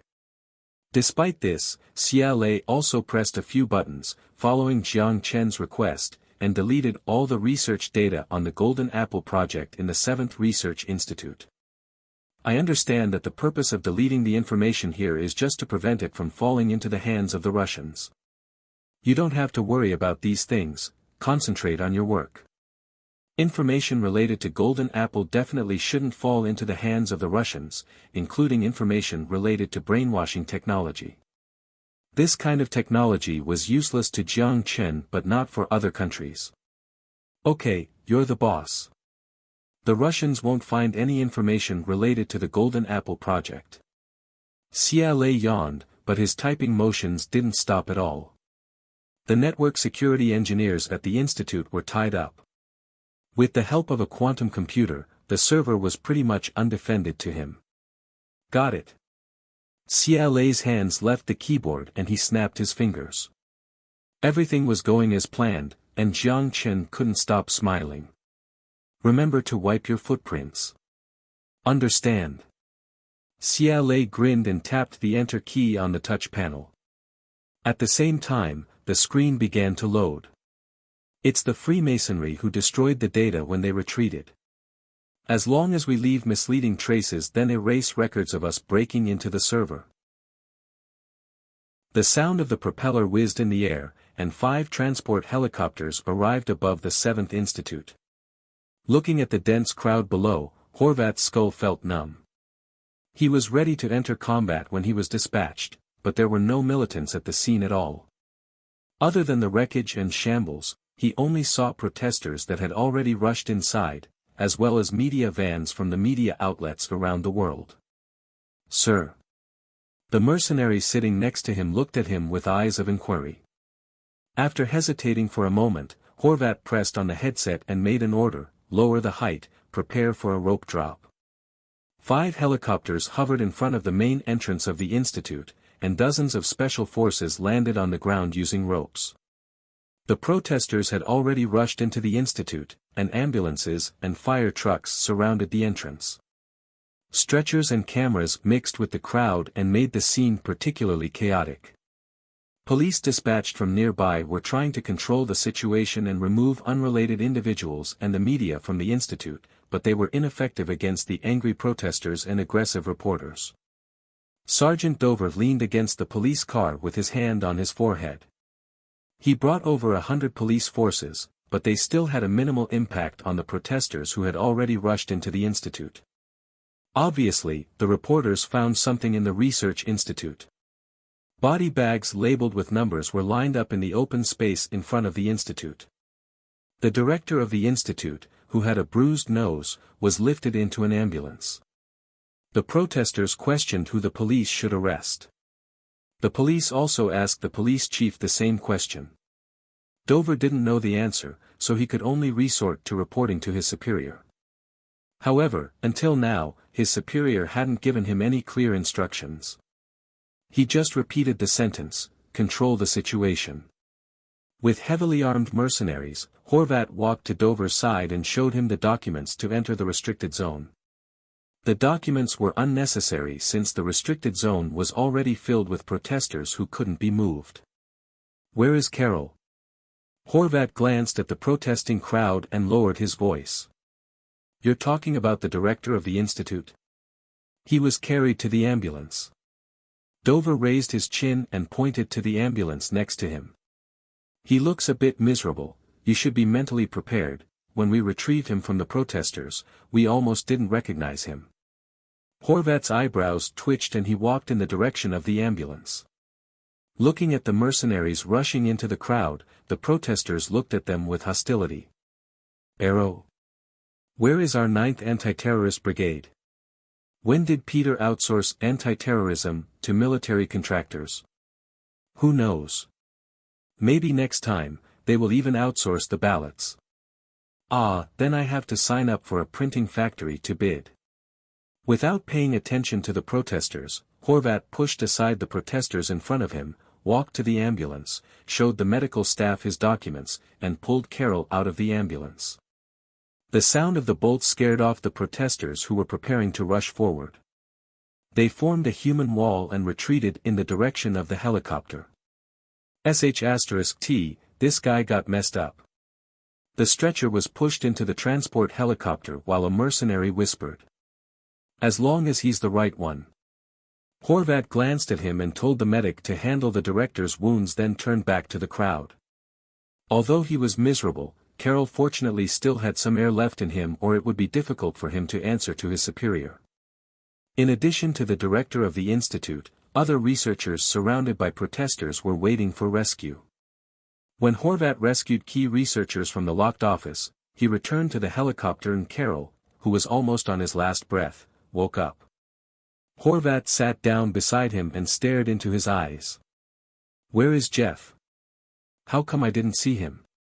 Jeff. It took a while for Carol's concussed brain to recall the owner of the name. Coughing violently, he closed his eyes and took a deep breath to calm his violently pumping chest. He was taken away by the militants. How could that be with Jeff's skills? A mercenary interrupted.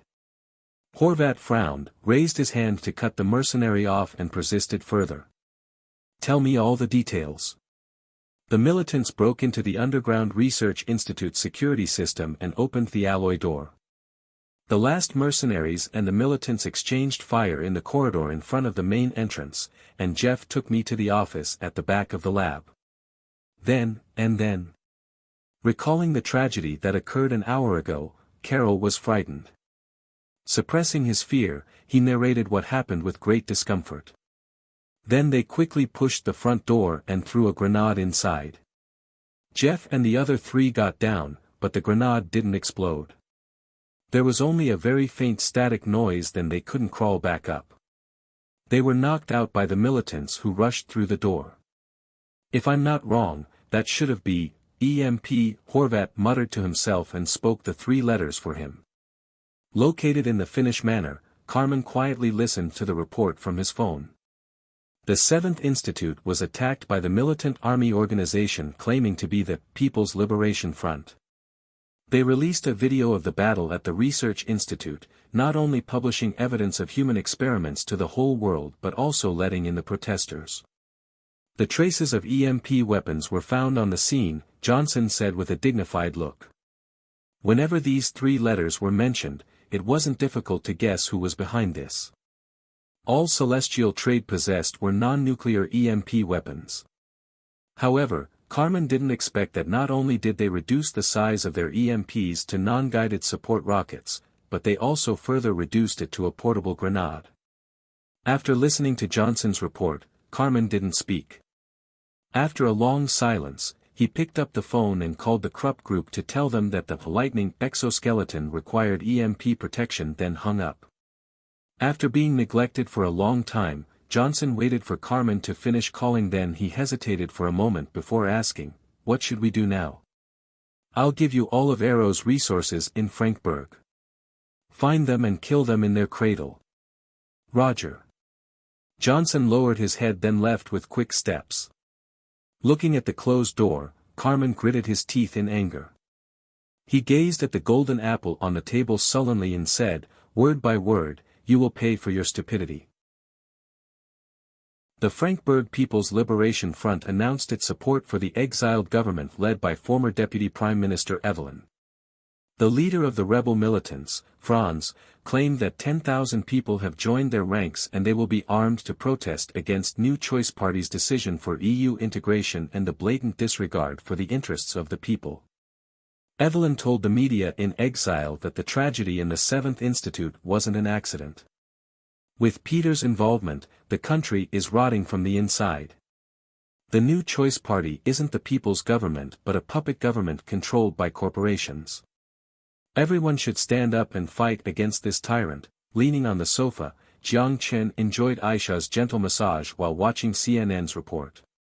When he saw the chaotic scene that had erupted at the 7th Institute, he couldn't stop smiling. The conceitedness associated with power and fanaticism for the golden apple would bring him and his empire into the grave sooner or later. Of course, without the work of celestial trade and Russia behind the scenes, the rebel militants wouldn't have made such great progress. So far, everything was going as planned. The scandal might force Peter to step down, but it wouldn't hurt Carmen Rothschild at all. Before the first shot, ghost agents had already investigated that Bava Pharmaceuticals, the parent company of the 7th Research Institute, had no direct equity relationship with the Rothschild Bank, but it was controlled by an overseas shell company. The legal representative had lived abroad for many years and the police couldn't even find a person, let alone pursue legal actions.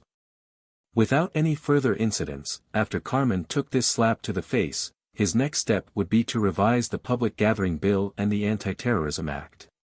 This would provide assistance to his own forces to remove the militants from the territory.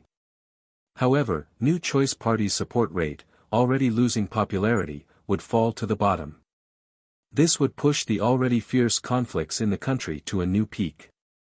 According to the agreement, the militants handed over the captives of the Arrow to us. Our people used truth-telling serum and obtained the location of Arrow's training base on the Finnish border. We then provided the information to an informant of the Russian security according to your instructions. Very good. Then it's up to Russia's decision. Jiang Chen grinned. The pictures on TV were showing the police using tear gas to clear the area. Western reporters seemed to have a soft spot for reporting this scandal. Perhaps a reporter might have been hit on the head by a stick, but the TV even showed a few close-ups of the faces of the Frankfurt police. Now the world was waiting for Frankfurt to make a decision. But in an interview, Peter, who won the election with his tough and extremely right image, was acting like a disgruntled clown. Other than defaming and denying the rebels' statement and the opposition's voice from the country, he couldn't think of any practical way to put an end to the chaos. What about us? Aisha asked. Us? We don't have to do anything, Jiang Chen said. Nothing at all. Aisha seemed to be confused. Nothing needs to be done. Our ghosts only need to hide in the dark, wait for an opportunity to appear, and deal the enemy a fatal blow. Now it's Russia's turn to play the game, let them attract firepower first. Of course, we aren't out of this mess yet. Our 2 orbital airborne brigades will create a big victory on the Eastern Front and light a fire under there as star. Looking at his confident expression, Aisha smiled and leaned down to kiss his ear. Go eat now, breakfast is ready, and it will get cold if you don't eat. Aha, I'll go now. Feeling the warmth on his ear, Jiang Chen smiled and kissed her on the cheek. He lifted the remote, turned off the TV, and walked to the kitchen with Aisha with his hand around her waist. In the afternoon, Jiang Chen returned to the apocalypse and retrieved life necessities for this quarter. With the development of the NAC, the materials he needed to transport were decreasing. The 3 Gardens of Eden were enough to support the consumption of survivors in the city, and surplus food was exported elsewhere. In the past, he mainly transported canned food and compressed crackers. But now, he brought back mostly rare earth metals which were difficult to obtain in the wasteland. Recycling alone couldn't sustain the consumption of the iron and aluminum mines on 6th Street. After Jiang Chen moved the last container into the empty warehouse, he let out a long breath of air. Out of habit, He raised his arm and wiped his forehead before he walked out. The guards at the warehouse saluted, followed behind him, then sat in the military vehicle. Because a new research institute was built in the backyard of the mansion, the warehouse that was originally used to store the transported materials was demolished. Now, the warehouse was placed outside Fishbone Base's walls due to the ease of transport and the discreetness of the location. "You're done already?" With her arms on the steering wheel, Sun Jiao smiled and looked at Jiang Chen who sat in behind her. Because it was a break, she was wearing clothes that Jiang Chen brought from the modern world. Because her smile was too bright, Jiang Chen had an illusion that the girl in front of him was from a modern world metropolis. But soon after, the illusion disappeared. Because of Sun Jiao's uniqueness, even if she wore modern clothes, it would be hard for Jiang Chen to compare her with white-collar workers in the city. "Are you thinking of something rude?" Sun Jiao's smile was even brighter, but Jiang Chen shuddered. "Ahem, absolutely not. Don't be so suspicious, dear. Then I want you to compliment me, such as saying this dress is very, very well-fitting." With a smirk, Sun Jiao persisted. "It's perfect." Jiang Chen didn't lie as only sincerity was in his pristine gaze. Sun Jiao blushed and her head that had peeked over slowly shrank back. They had been dating for a long time and already tried countless different positions, but she never was good at dealing with Jiang Chen's sweetness. Her thumb and index finger fiddled with a strand of her hair. She coughed and hid her shyness in the roaring of the engine.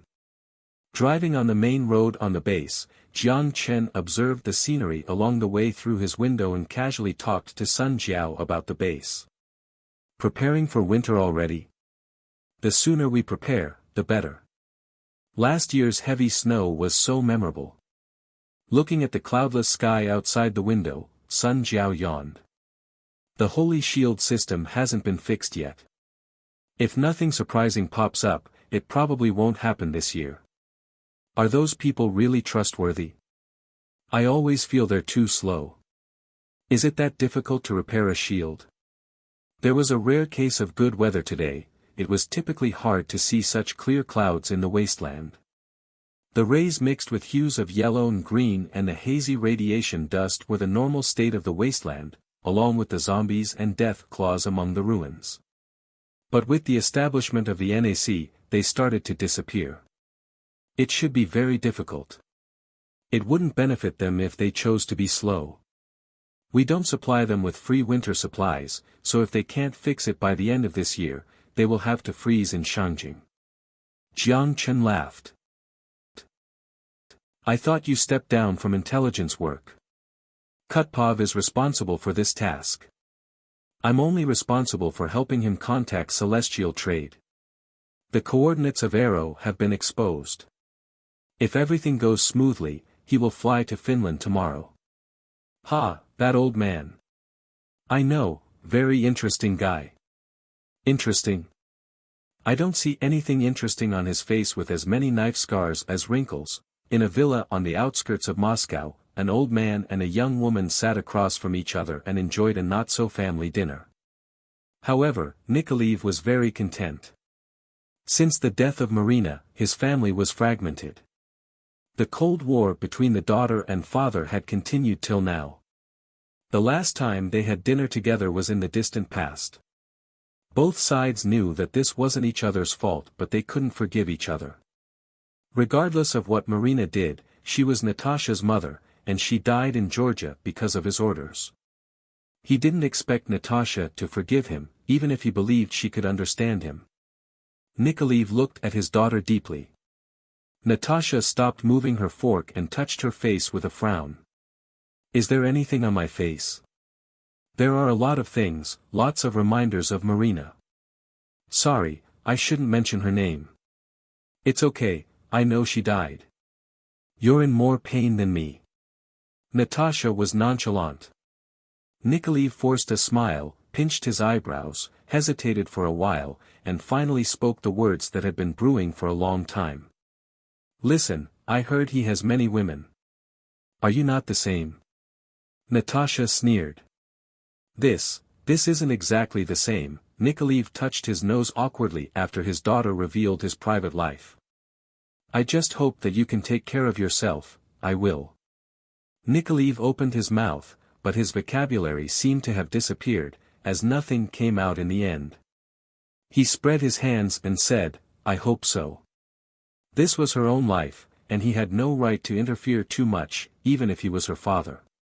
She was already an adult. But if possible, he wanted to see Jiang Chen again.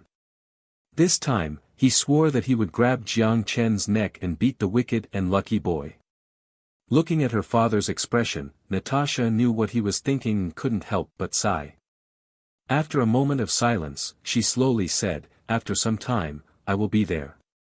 Oh, Nikolaev responded with his nasal voice as if he didn't seem to mind, although I have no plans to forgive you. I remember the things you've done for me. After a pause, Natasha stared at the steak on her plate and said in a casual but forced tone, anyway, thank you. However, from her slightly trembling voice, she wasn't calm. Thank you, the old man smiled and touched his chin full of grease. He had previously made up his mind that he must beat that guy, but he suddenly changed his mind. Drinking 2 bottles of vodka with him didn't seem like a bad choice either. Achoo! Jiang Chen's nose was a little itchy, and he couldn't help but sneeze. Perhaps someone was thinking about him, but it was the second time he sneezed in the last few minutes. If it wasn't for the fact that he knew his body was immunized against most colds, he would wonder if he caught a cold. Sitting across from Jiang Chen, Chu Nan joked with a smirk while drinking tea. Got a cold from last night? It's just that my nose is a little itchy. Where were we again? Jiang Chen said as he rubbed his nose.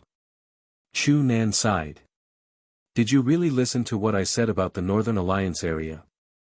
Indeed. Jiang Chen waved his hand and motioned for him to continue. To the NAC who had rekindled civilized fire, the Northern Alliance area was like nomads. Because of the climate problem, they targeted the relatively rich area of Wanghai, and they tried to take away this prosperous land from the NAC with equipment inherited from the Pan-Asia cooperation. Especially the 3 Gardens of Eden. Half of the decision to choose Wanghai as the destination was because of the 3 Gardens. However, the NAC wasn't an easy opponent. The offensive attack from last winter ended in the defeat of the Northern Alliance area. Their strongest Wanderer tank was simply incomparable against the advanced pre-war particle cannon. With the particle cannon as their trump card, even if the Northern Alliance area wanted to attack, there would be no opportunity to advance a step further. However, Jiang Chen was facing the same issue. Jiang Chen, Han Junhua, and other high-level NAC executives certainly discussed a conquest of the Northern Alliance area. It wasn't impossible to execute, but a very real problem was placed in front of them. It was the problem of profits. Regardless if they won or lost, even if the NAC managed to maintain a 1,000-kilometer supply line through countless zombies, mutants, and raiders on the wasteland, even if they won, there would be no substantial benefit to the NAC. The gap between the rich and the poor was too great. Other than weapons, the Northern Alliance area had nothing Jiang Chen envied. The only thing he was curious about was a launch center, but he was only curious. Since it was based on the sectarian guardians, there was nothing left there. Since it was the worst choice for both sides, there was only one option left. You mean they're going to trade with me? Jiang Chen laughed and sipped on his tea. We have a lot of good stuff here, but what can they trade? Chu Nan didn't speak, but he also smiled. He took a graphene card from his pocket, wagged it with his fingers, and placed it on the coffee table between them. He then gently pushed it in front of Jiang Chen.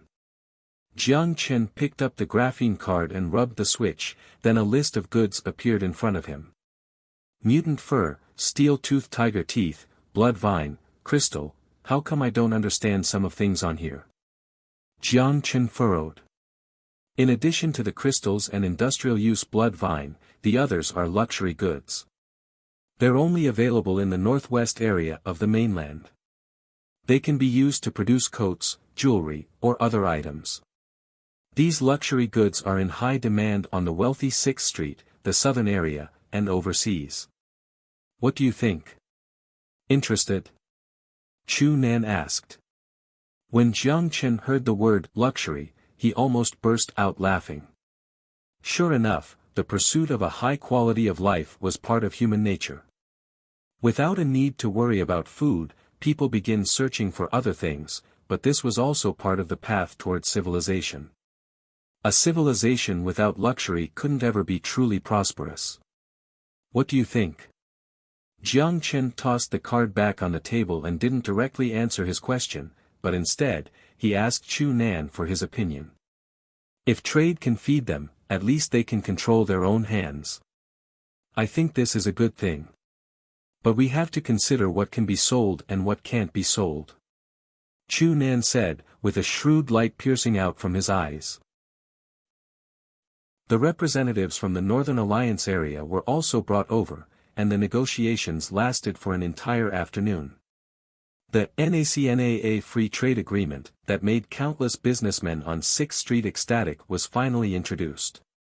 However, while it was free trade, there were still restrictions.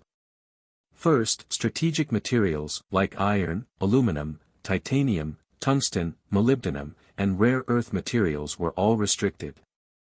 Businessmen who were caught would be immediately treated as smugglers.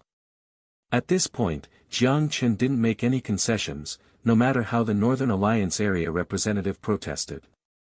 Iron, aluminum, and titanium were the keys to the production of advanced weapons ranging from the optical components of laser guns to the accelerometers of Type 50 electromagnetic pulse cannons, all of which depended on these strategic resources. As for tungsten and molybdenum, one was raw material for smelting C-type steel, and the other was used to produce neural connection devices. In addition to the ban on the sale of strategic materials, Jiang Chen also imposed an additional 15% tariff on luxury goods. They must pay the tariff if their products entered the 6th Street market. For the modern world, a 15% tariff didn't seem to be high, but in the apocalypse, which had limited resources, it was very high. Objections? Useless. The products of the Northern Alliance area weren't the only option available to the NAC. NAC's extensive trade routes went south to Ezhou and west to India, all of which could substitute as trading partners. However, the Northern Alliance area didn't have much choice. Although they could find large survivor hubs in the south, the mutants and zombies along the way made them miserable. The extreme cold weather in the north wasn't suitable for the cultivation of mutated fruit trees. The production of nutrient supply couldn't just be supported by hunting unless they wasted their already limited ammunition on mutants. Not just nutrient supply, but many things piled up in Wang Hai's warehouses were in short supply in the north. Opening up the trade route down the river was their only choice unless they could access a large reserve of helium to build airships, but that was obviously impossible. In the 22nd century, helium was a scarce resource and only Jiang Chen could lavishly use it to fill balloons. Of course, Jiang Chen didn't make a one-sided agreement. Light weapon bullets, laser gun batteries, and other supplies could be purchased by merchants of the NAC. But in order to prevent them from hoarding ammunition, the amounts of each purchase were strictly limited. With the signing of the trade agreement, the two sides finally lowered the guns pointed at each other. A peace that had appeared to have an expiry date had finally arrived on the land ruled by the NAC. So far, Jiang Chen was finally able to deal with all the matters on this temporary return. And at this time, another new piece of information arrived from the modern world. Although she was very disappointed, Sun Jiao finally let go of Jiang Chen, who was squeezed out. She left a kiss on his lips and watched him disappear from the room. News came from Europe. Since the militants fired the first shot at the 7th Institute campaign, they declared war on Peter's government. In the few days that Jiang Chen was gone, the fire of revolution had already ignited throughout Frankfurt. The state of Bava, which had the most intense conflict, was under martial law, and BER once again welcomed a curfew after a year and a half. Following the principle of running away if they couldn't win, the rebel militants used civilian vehicles and light weapons to fight mobile warfare against special forces and regular troops in the city. When they were under siege, they fled into the mountain ranges on the border and used the treacherous terrain to engage in guerrilla warfare. The reason why these protesters could cause such a massive upheaval was mainly due to the integration of the EU. After several years of continuous efforts, according to data released after further disarmament in 2012, the entire Frankfurt army had only retained 3 divisions. The main battle tanks were reduced from more than 2,500 tanks to 230 tanks and 470 vehicles. Other than a strong air force, the size of the entire force was smaller than an army group for most countries. Although Peter made adjustments to the defense budget after he took office, it was impossible for a reserve of more than 100,000 to fight a war against the militants at a moment's notice. Frankfurt used a recruiting system and soldiers were volunteers with salaries. With Peter's current approval rate, even if he still maintained support from the right wing, the votes in the EU integration meant he would only receive boos from the people of Frankfurt. At present, NATO had yet to send troops. At the time of the contract, no member countries determined there was a need to send troops to maintain stability in member countries. After all, the country wasn't a private enterprise, and sending troops wasn't a simple matter. However, it also fitted Carmen's intentions. Aero took a strong stance and intervened in the drastic changes happening in Frankfurt caused by the revolution. After Peter signed a decree that read, "If encountering resistance, soldiers can shoot rebel militants on the spot," the protests and crackdowns were heightened to the extreme. Bloody conflicts occurred in every corner of the city. Walls were smeared with the black marks left by explosives. The bullet holes were like scars, contradictions that couldn't be erased. It was hard to imagine that this could happen in a developed country. Although this predicament had been previewed countless times in games and films, no one truly believed this.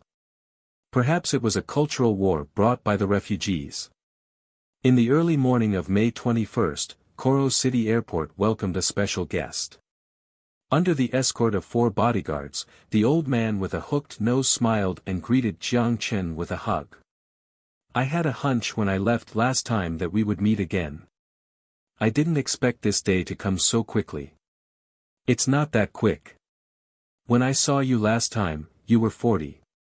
Looking at the 2 sideburns on the old man, Jiang Chen smiled, "Welcome, future Prime Minister." "It's still too early for that. I'm just a poor man who's living under other people's roofs." Although the tone was modest, Jiang Chen could clearly sense the sense of relief from his bright smile. Bloody conflicts weren't something to be happy about, but the Frankfurt finally picked up weapons against the tyrants they selected. It was a big step forward. More and more people joined the Frankfurt People's Liberation Front, went overseas to receive military training, and returned to their home country to advance their progress. Evelyn had reasons to believe his days of exile would end soon. For this reason, he was able to represent New Federal Frankfurt to visit Coro City to discuss the future of the country with Jiang Chen. Sitting in the gazebo behind his Coro Island mansion, Evelyn and Jiang Chen chatted about the future of Frankfurt while leisurely enjoying the sea breeze. Aisha, in a maid uniform, poured iced black tea for the two, then left with gentle steps. Europe's anti-dumping and countervailing investigations of celestial trade and future group are against the law. If I was in office, such a ridiculous thing wouldn't happen. Evelyn sipped the black tea in the cup and began to speak. The whole world is enjoying the convenience brought by technology. It's unreasonable for the people of Frankfurt to only use smuggled goods. The consortium led by the Rothschild family has been controlling politics for too long. Now they're working together to take the voting rights from our people. That's theft. I believe you will bring the much-needed change." Jiang Chen smiled, took a sip of the iced black tea, and turned his eyes to gaze at the beach not far away. His mansion was located in the deepest part of the wealthy area, and it was also at the highest point. In addition to the 500-meter-long private beach, they could also see the busy public beaches not far in the distance and the luxurious yachts in the sea. Everyone who lived in this community possessed a significant amount of wealth. The beach and the yachts were naturally full of beauties with different skin colors. Jiang Chen once saw a man crowded by more than a dozen beautiful ladies on a yacht, and he suddenly felt that his life was too clear-minded. Compared to those animals. The beach, sea breeze, palm trees. It'd be perfect if we had some champagne now.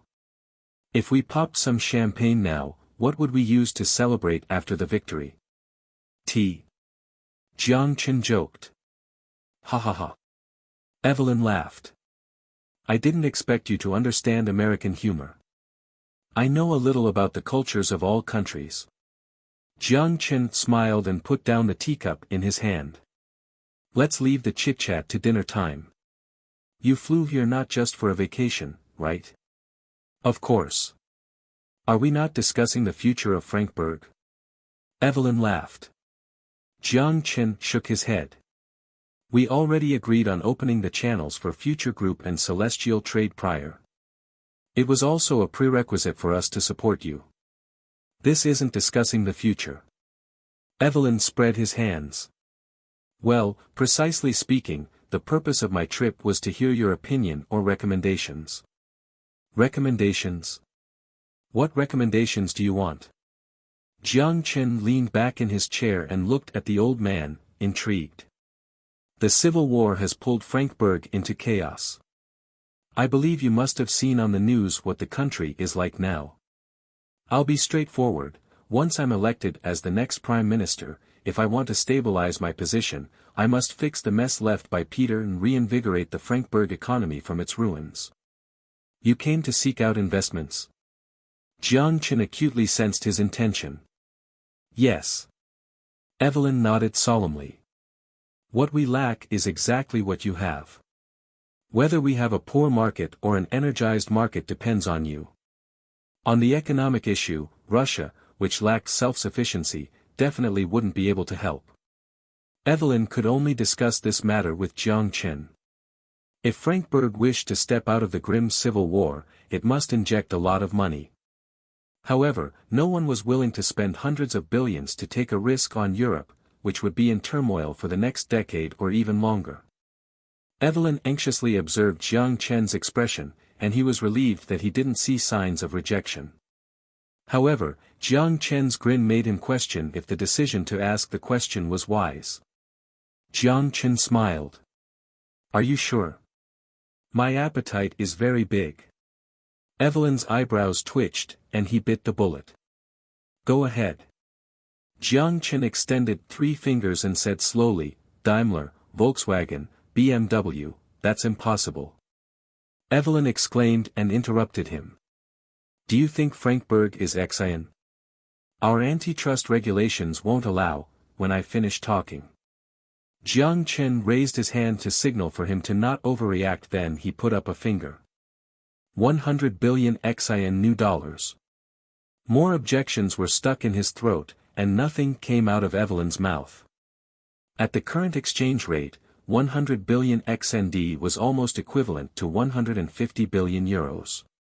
After the German People's Liberation Front succeeded in its revolution, his party would again become the majority party and end the EU integration process. It was possible that 100 billion XND could be equivalent to 200 billion euros. 200 billion euros, a number he couldn't refuse in any way. You have to promise not to move the Frankfurt factories to Xian. His shoulders were no longer tense, and Evelyn compromised. If I really had that idea, why wouldn't I just open a few factories in Xian? Rest assured, even if I wanted to do that, Xian has no room for me to build another industrial park. Let Frankfurt become future group's factory in the Eurozone. This is the option that suits my interests. With the injection of our funds, the people will get jobs, and the government will have tax revenue. This is a win-win situation, isn't it? Listening to Jiang Chen's unrealistic vision, Evelyn twitched and squeezed out a few words. I sure hope so. The automobile industry was a 110 industry, which meant the output of 1 unit of the automobile industry could increase the overall output of at least 10 units in all sectors of the economy. The most direct impact was the development of upstream raw materials industries such as steel, petrochemicals, non-ferrous metals, plastics, rubber, and glass. In the midstream manufacturing process, the automotive industry had brought considerable benefits to industries such as machinery and electronics, CNC machine tools, and automated production lines. In the downstream industries, the automobile industry had effectively promoted logistics, finance, insurance, sales, and advertising industries. This huge multiplier effect was unmatched by any other industry. To boost Frankfurt economically, choosing the automotive industry as an entry point was undoubtedly the perfect choice. Of course, Jiang Chen wasn't helping Evelyn out of a spirit of selflessness. His money didn't grow on trees. Without profits, he wouldn't think at all. Taking advantage, a more elegant description would be, win-win. That was the motive for his decision to boost the Frankfurt economy. 28% of research and development personnel in the Frankfurt industrial sector were engaged in automotive R&D, while 1/9 of the employees in the automotive industry worked in R&D-related fields. On average, the Frankfurt automotive industry released 10 patents per day and generated 3,650 patents each year. All of this ensured the technological leadership of the Frankfurt automotive industry, which Luer under Jiang Chen lacked. A lot of things had to take time to accumulate. Luer Motors was like a limping giant, leading the world in lithium-air batteries and wireless charging technology, but its management experience and research and development capabilities only compared to second-tier companies. However, these problems wouldn't exist if he acquired the Frankfurt auto industry. With equity manipulation, Jiang Chen could allow the companies under his name to hold shares of other companies to allow for the exchange of experience and share the global market. Looking at the hazy Evelyn, Jiang Chen's eyes began to consider other opportunities. Since he already bought the automobile manufacturing industry, why not just spend more money and purchase the second pillar industry, electronics? Just as the tentacles of the global power grid plan already spread across Asia and brought a significant reduction to the cost of household electricity throughout Asia, the cost of household electricity had been greatly reduced. The entire Asian electronics market was ready for a chemical reaction to bring change to everyone's lives. But the old fox, Evelyn, wasn't an indigenous of MLL Island. What price would be appropriate this time? Just as Jiang Chen and Evelyn worried about the future of Frankfurt, it was late in Ukraine on the other side of the globe. It was already late May, and the air on the outskirts of Dnipropetrovsk began to feel hot. The old church stood alone in the middle of the shambles. Perhaps it was because the warring parties had intentionally avoided firing at it that it miraculously survived. In the cemetery behind the church, dark smoke slowly floated up. In order to prevent the plague from spreading, the citizens of the suburbs all helped the government forces to drag the dead bodies there and incinerate them. 2 streets away from the church were the front lines. A ragged old mother limped forward and wandered around the Dnieper River filled with dead bodies. She was numb to the constant cannon shots in the distance. She mechanically touched the faces soaked by water as she muttered, "God, Jesus, no." The mother river that gave birth to the Ukraine people was now filled with countless floating bodies. Zhang Feng sighed, raised his hand and pressed on a button outside of the helmet. A05 district, found a civilian, who's going to bring her back? After he ended the communication, he looked at the time and saw that it was time to change shifts, so he switched to the team channel. "Okay, guys, pack things up and get ready to change." "Roger that." Soon, the squad sent by the militants took over defense from Zhang Feng. Several militants wearing worker uniforms placed machine guns behind the bunker, seemingly guarding their posts diligently. However, Zhang Feng knew that except for the captain who led the team, these people all recently joined the military without proper training. However, he didn't say anything. Why did it matter? Anyway, the situation was similar on the other side. The veterans' luck was exhausted, and it was the rookies' turn. At least the morale of the militants was high. They fought for freedom. At least they thought so. Out of kindness, Zhang Feng patted the shoulders of a soldier when he left, pointing to the ruins on the other side of the river. At 3 o'clock, there will be firepower from the government forces. The captain in the gray sweater glanced on the other side of the river and grinned. Thank you. Good luck, boom. Zhang Feng didn't finish before the roar of the artillery interrupted his blessing. The two men bent down to protect their eyes and blocked the rubble from the ceiling. The glass window shattered into pieces, scaring the machine gunner to curse in horror while retreating into the corner. Damn, cough. What are they doing? After inhaling a full nose of dust, the captain straightened his back, dusted off his arm, and quickly walked to the window. He zoomed on the shoal of the river. Suddenly, his eyes widened, and he subconsciously swore. Fu*K, tanks and armored vehicles formed a steel wave. With the roar of artillery, the enemy launched an attack across the river. Soldiers screamed out and held the rifles on their chests, closely following the steel wave. They stepped across the burning ruins and assaulted the smoke-filled defense. The machine gunners on both sides directed firepower at each other, and orange trajectories darted wildly over the Dnieper River, tearing the quiet night sky into pieces. On the other side of the river, a dozen transport helicopters were escorted by armed helicopters, penetrating the flank of government forces. Leaning against the other side of the window, Zhang Feng blankly stared at the street in the distance. Sir.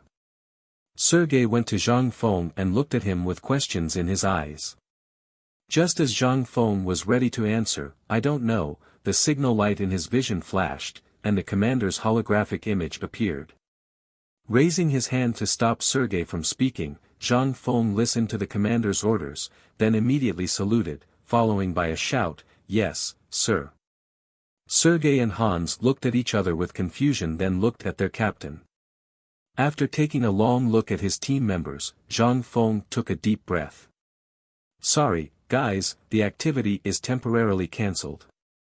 10 minutes ago, Celestial Trade Command Center issued the highest attack order and ordered the frontline troops to cooperate with the militants to take Dnipropetrovsk airport before dawn and pushed our defense line to the city center.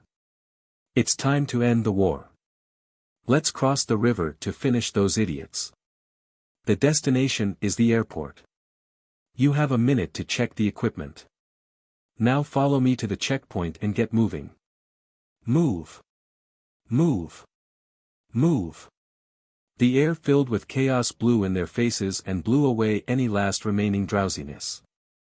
Behind the first teams to engage, Celestial Trade soldiers wearing kinetic skeletons rushed out behind cover and advanced through the shoal area at a faster than normal speed.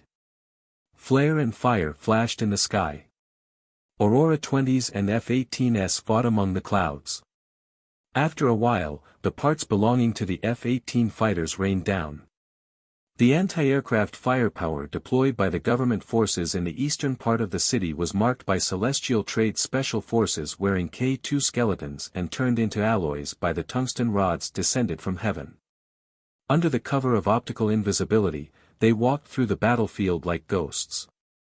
Even if government forces deployed a large number of infrared sensors on the front lines, they would still be dodged by these experienced veterans. In just 10 minutes, 5 Aurora 20s obtained air superiority from the government forces. The dropped bombs set off a wave of explosions, sweeping a path for the militants' 1st Armored Brigade. The fierce battle seemed to have brought down the clouds from the sky, and rain began to splatter in the previously clear night. Arrow's armed helicopters appeared in the northern part of the city, trying to flank the militants' forces. However, they lost their air superiority and were at the mercy of Aurora 20s. Without any need for missiles, the Aurora 20s machine guns sent the helicopters crashing into buildings. Damn! Did they mobilize all of their tanks? These madmen! Behind their defensive position, venting about the fragile firepower, the government soldiers shouted in horror, "Where are our anti-aircraft guns? Who's going to take care of those planes?" Without the opportunity to finish, a bomb landed above them. When the smoke dissipated, his unrecognizable corpse was already hanging on a billboard 10 meters away. Not only did the government forces acting as the main force of combat face immense pressure, but Arrow's mercenaries were also placed in a difficult position. Unlike the temporarily armed refugees and European volunteers who fought on the northern line, they were sent by Arrow to guard the city. They were all veterans who had engaged in previous wars before. Having participated in 2 asymmetric wars prior, it was their first time being on the losing side. The strong people were still resisting in vain, and weak people were crying for God. They even forgot how to resist. In half an hour, 2 armored brigades completely lost combat ability, but the militants only paid a price of less than 20 tanks as they pushed forward 2 kilometers. Chaos was the tone of the city, and the government forces who could not change the fate of the war, began to desert. The Arrow mercenaries first began to desert. They didn't have any sense of honor in a war for someone else. Naturally, they didn't feel guilty when they ran. Immediately after, the soldiers of the government force began to desert. Many of them were forced into the army. When they saw their captain was killed in action, almost everyone chose to take off their uniforms and hide in nearby houses. Looking at the battlefield through binoculars, a joyful smile emerged on the face of the militant commander. Anyone could see that there was no more suspense about the outcome of this war. Victory was only a matter of time. The militants' offense lasted for 8 hours.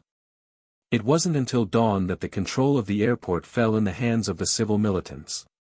Seeing that the situation was irreparable, the Ukraine forces and Arrow mercenaries were forced to withdraw from Dnipropetrovsk and hand over the strategic center of Europe's third-largest river. The news of the Dnieper River's victory spread to every corner of the world. It was so fast that some people didn't even get a hold of this sudden accident. As for the result of this battle, some were happy while others were worried. Russia sent a congratulatory message to the militants, and at the same time urged the Ukraine government to make a choice to adapt to historical trends. The UA sent warnings to Russia, militants, and celestial trade, warning mercenary organizations not to add fuel to the situation in Ukraine. After receiving the good news, Jiang Chen, on Koro Island, had a good night's sleep. Although the victory was expected, there was nothing more joyous than listening to the celebratory trumpet. Of course, while it was an effortless win, it had a high cost. In just 8 hours, celestial trade unloaded more than 2,000 guided tungsten rods to the enemy's front lines. The bill for the space-based weapons alone was as high as 100 million XND. Of course, the majority would be footed by the Russians, so Jiang Chen wasn't in too much pain.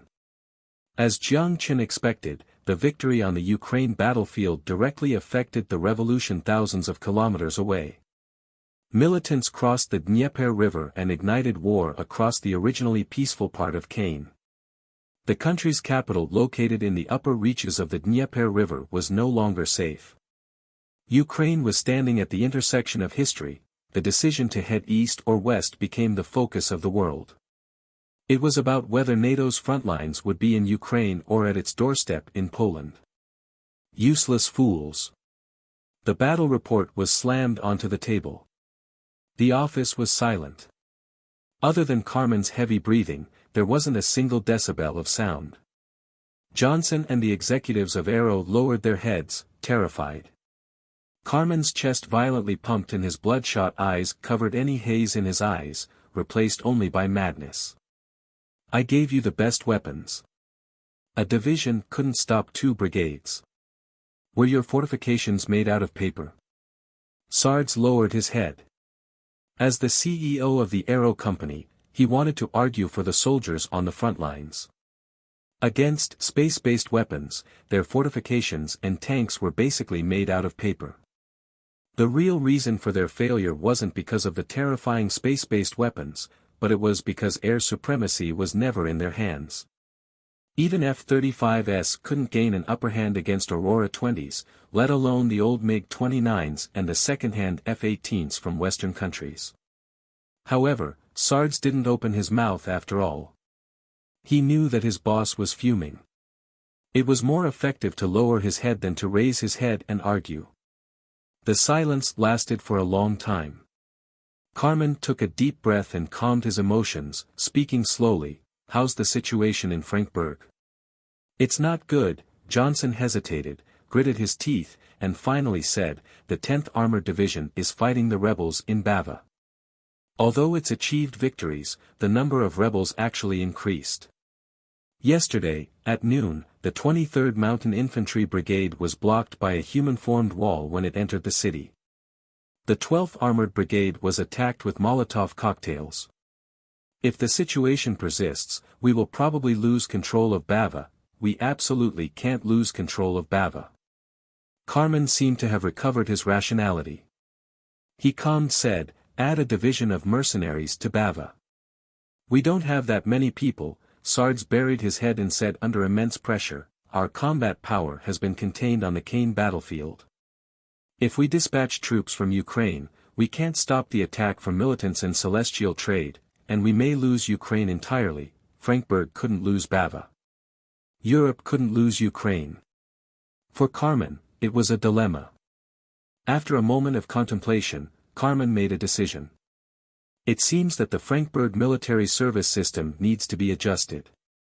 Since they don't want to be soldiers, then we will change our recruitment system to a conscription system, and the army size will be expanded from 3 divisions to 10 divisions." Johnson and Sards looked at each other and saw each other's concern in their pupils. Everyone standing in this office knew it was a bad idea to amend the law at this time, but no one dared to say anything at that moment. If this was 2 years ago. No, even if it was a year ago, Carmen would never have made such a reckless decision. But now, his ambitions began to outgrow what he controlled or the strength of the Freemasonry. The Federal Senate is unlikely to pass this proposal to amend the law. Earlier, the Minister of Defense raised the possibility of this change, but it was rejected by the Speaker. "We have influence in the Senate, but some people have begun to question us." The middle-aged man standing next to Sards tried to convince Carmen from a reasonable point of view, but he was interrupted by an undeniable voice. "I will convince those who are sitting on the fence," Carmen said emotionlessly, then eyed Johnson. "Make them understand who's the master of this country."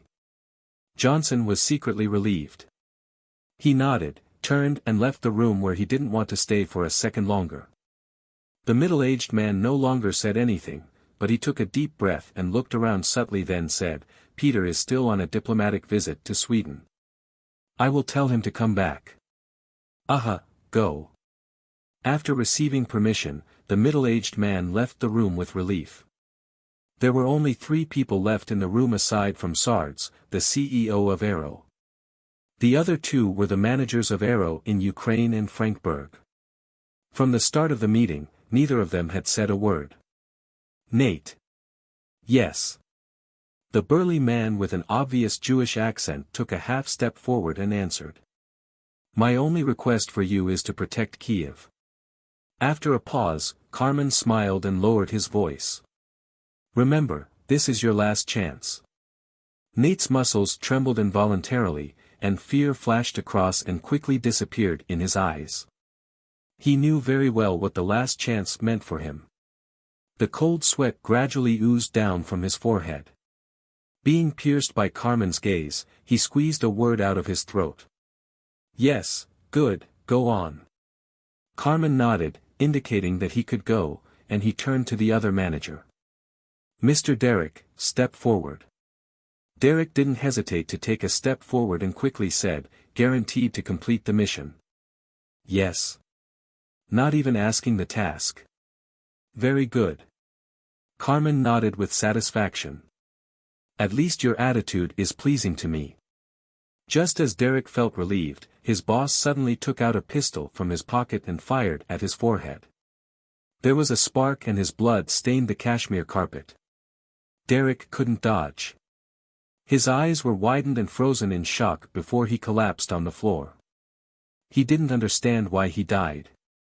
Carmen quickly answered the confusion in his heart, but he could no longer hear it. It's understandable to lose against celestial trade. After all, the weapon differential is there. But you can't even deal with a group of mobs, what would be the use in me keeping you? Carmen slowly spoke, raised his chin, then gently placed the silver-plated revolver on the table. Sards felt that his legs were weak. He didn't dare to look at his boss, and he didn't dare to look at his colleague lying next to him. Sards. Yes, yes. Because he was trembling, Sards' tone even changed. Carmen smiled and whispered, "Take him out, and congratulate the deputy manager of the Frankfurt branch for me, he got promoted." Yes, Sards gulped, then his stiff waist and knees bent down and he put Derek on his shoulders. "Right, by the way, remind him for me again." Looking at Sards, Carmen stopped him at the door and said with no emotion, "He only has 1 month. I need to see results in 1 month. Otherwise, the person on your shoulder will be his role model." As an extreme comparison to the turbulent Europe, the situation in Xi'an on the other side of the globe was encouraging. Although Evelyn wasn't elected as prime minister yet, Zhang Yaping showed the exiled head of state first-class courtesy under Jiang Chen's instructions. They put their European friend up at the British Royal Hotel, which had existed since the colonial era. All the members of the upper class in Xi'an were invited, and Jiang Chen was naturally amongst those who were invited. After hearing about the victory at Dnieper River, Evelyn congratulated Jiang Chen. While expressing his praise for the military prowess of celestial trade, he said in a half-joking tone, "Why don't you send 2 orbital airborne brigades to Frankfurt and end the war for us? Just put our name in the employer section, don't worry about the money." "I'm not that gutsy." Jiang Chen handed the empty glass to the waiter and took another cup of champagne. He swished the clear liquor. "Ukraine is already NATO's bottom line. If my people went a step further, your enemies wouldn't be Frankfurt troops and special forces. It was important to know your limit." Entering a full-scale war with NATO wasn't something Jiang Chen wished. Regardless of whether he lost or won, the world would be no different than the apocalypse. A war that could stay rational till the last moment didn't exist. "It seems that you're not drunk." Evelyn laughed. "Are you testing me to see if I'm drunk? I'm sorry to disappoint you. This kind of juice is like boiled water to me." Jiang Chen also joked. He knew Evelyn wasn't really serious. Rather than testing him for drunkenness, he was testing his ambitions for Europe. If Jiang Chen really thought about stationing troops in Frankfurt, Evelyn would have to reconsider his cooperation with celestial trade. He didn't want to drive out the wolves only to bring in another tiger. After exchanging a few words with Jiang Chen, Evelyn went to socialize with other circles. Looking at the cunning old man chatting with several billionaires from Xi'an, Jiang Chen smiled and shook his head. He brought his champagne glass to the balcony next to the ballroom. "I seem to be getting better and better this." A few years ago, he wouldn't be able to tell other people's intentions. The balcony was the second resting area at the banquet other than the dining table. As long as one stood there, no one would come and chat unless the guests were close. Leaning against the marble guardrail next to the balcony, the sea breeze from the western Pacific Ocean blew away the heat of his mind. To be honest, compared to the bustling ballroom, he enjoyed watching the bustling room from the side.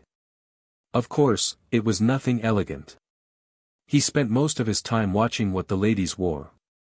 Although he could see what the beach beauties wore from his balcony, they couldn't compare to the upper-class ladies.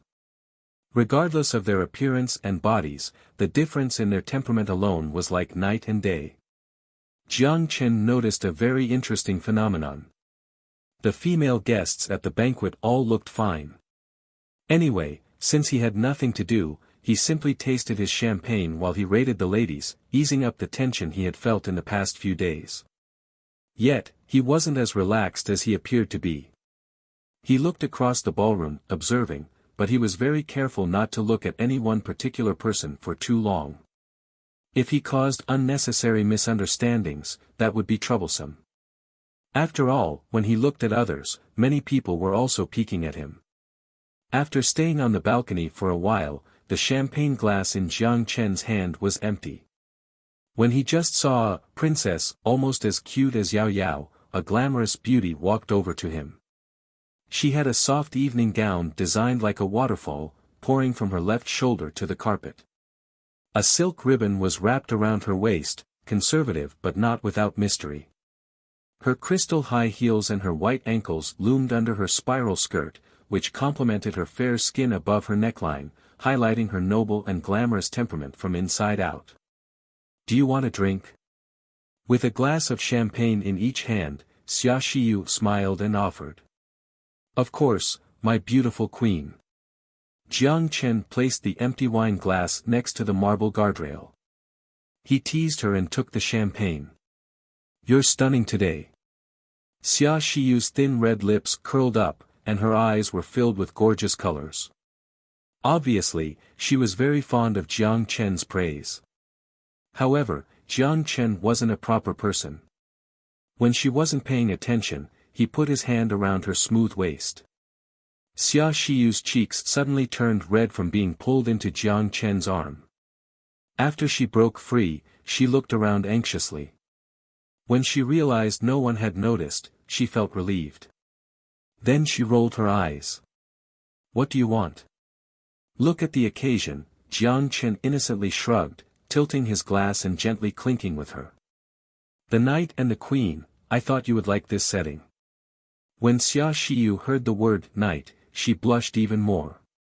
She eyed Jiang Chen with a smirk, then walked away in her high heels. Looking at her seductive figure, Jiang Chen put the glass close to the lips and a smile formed. "Maybe this dress will do for tonight." Just then, there was a long-distance call from Europe which interrupted his reverie. Jiang Chen opened the holographic screen and saw it was Monica. He pressed the button and walked to a quiet corner of the balcony. "Peter has boarded the plane." As soon as he picked up, Monica spoke. Jiang Chen was slightly surprised.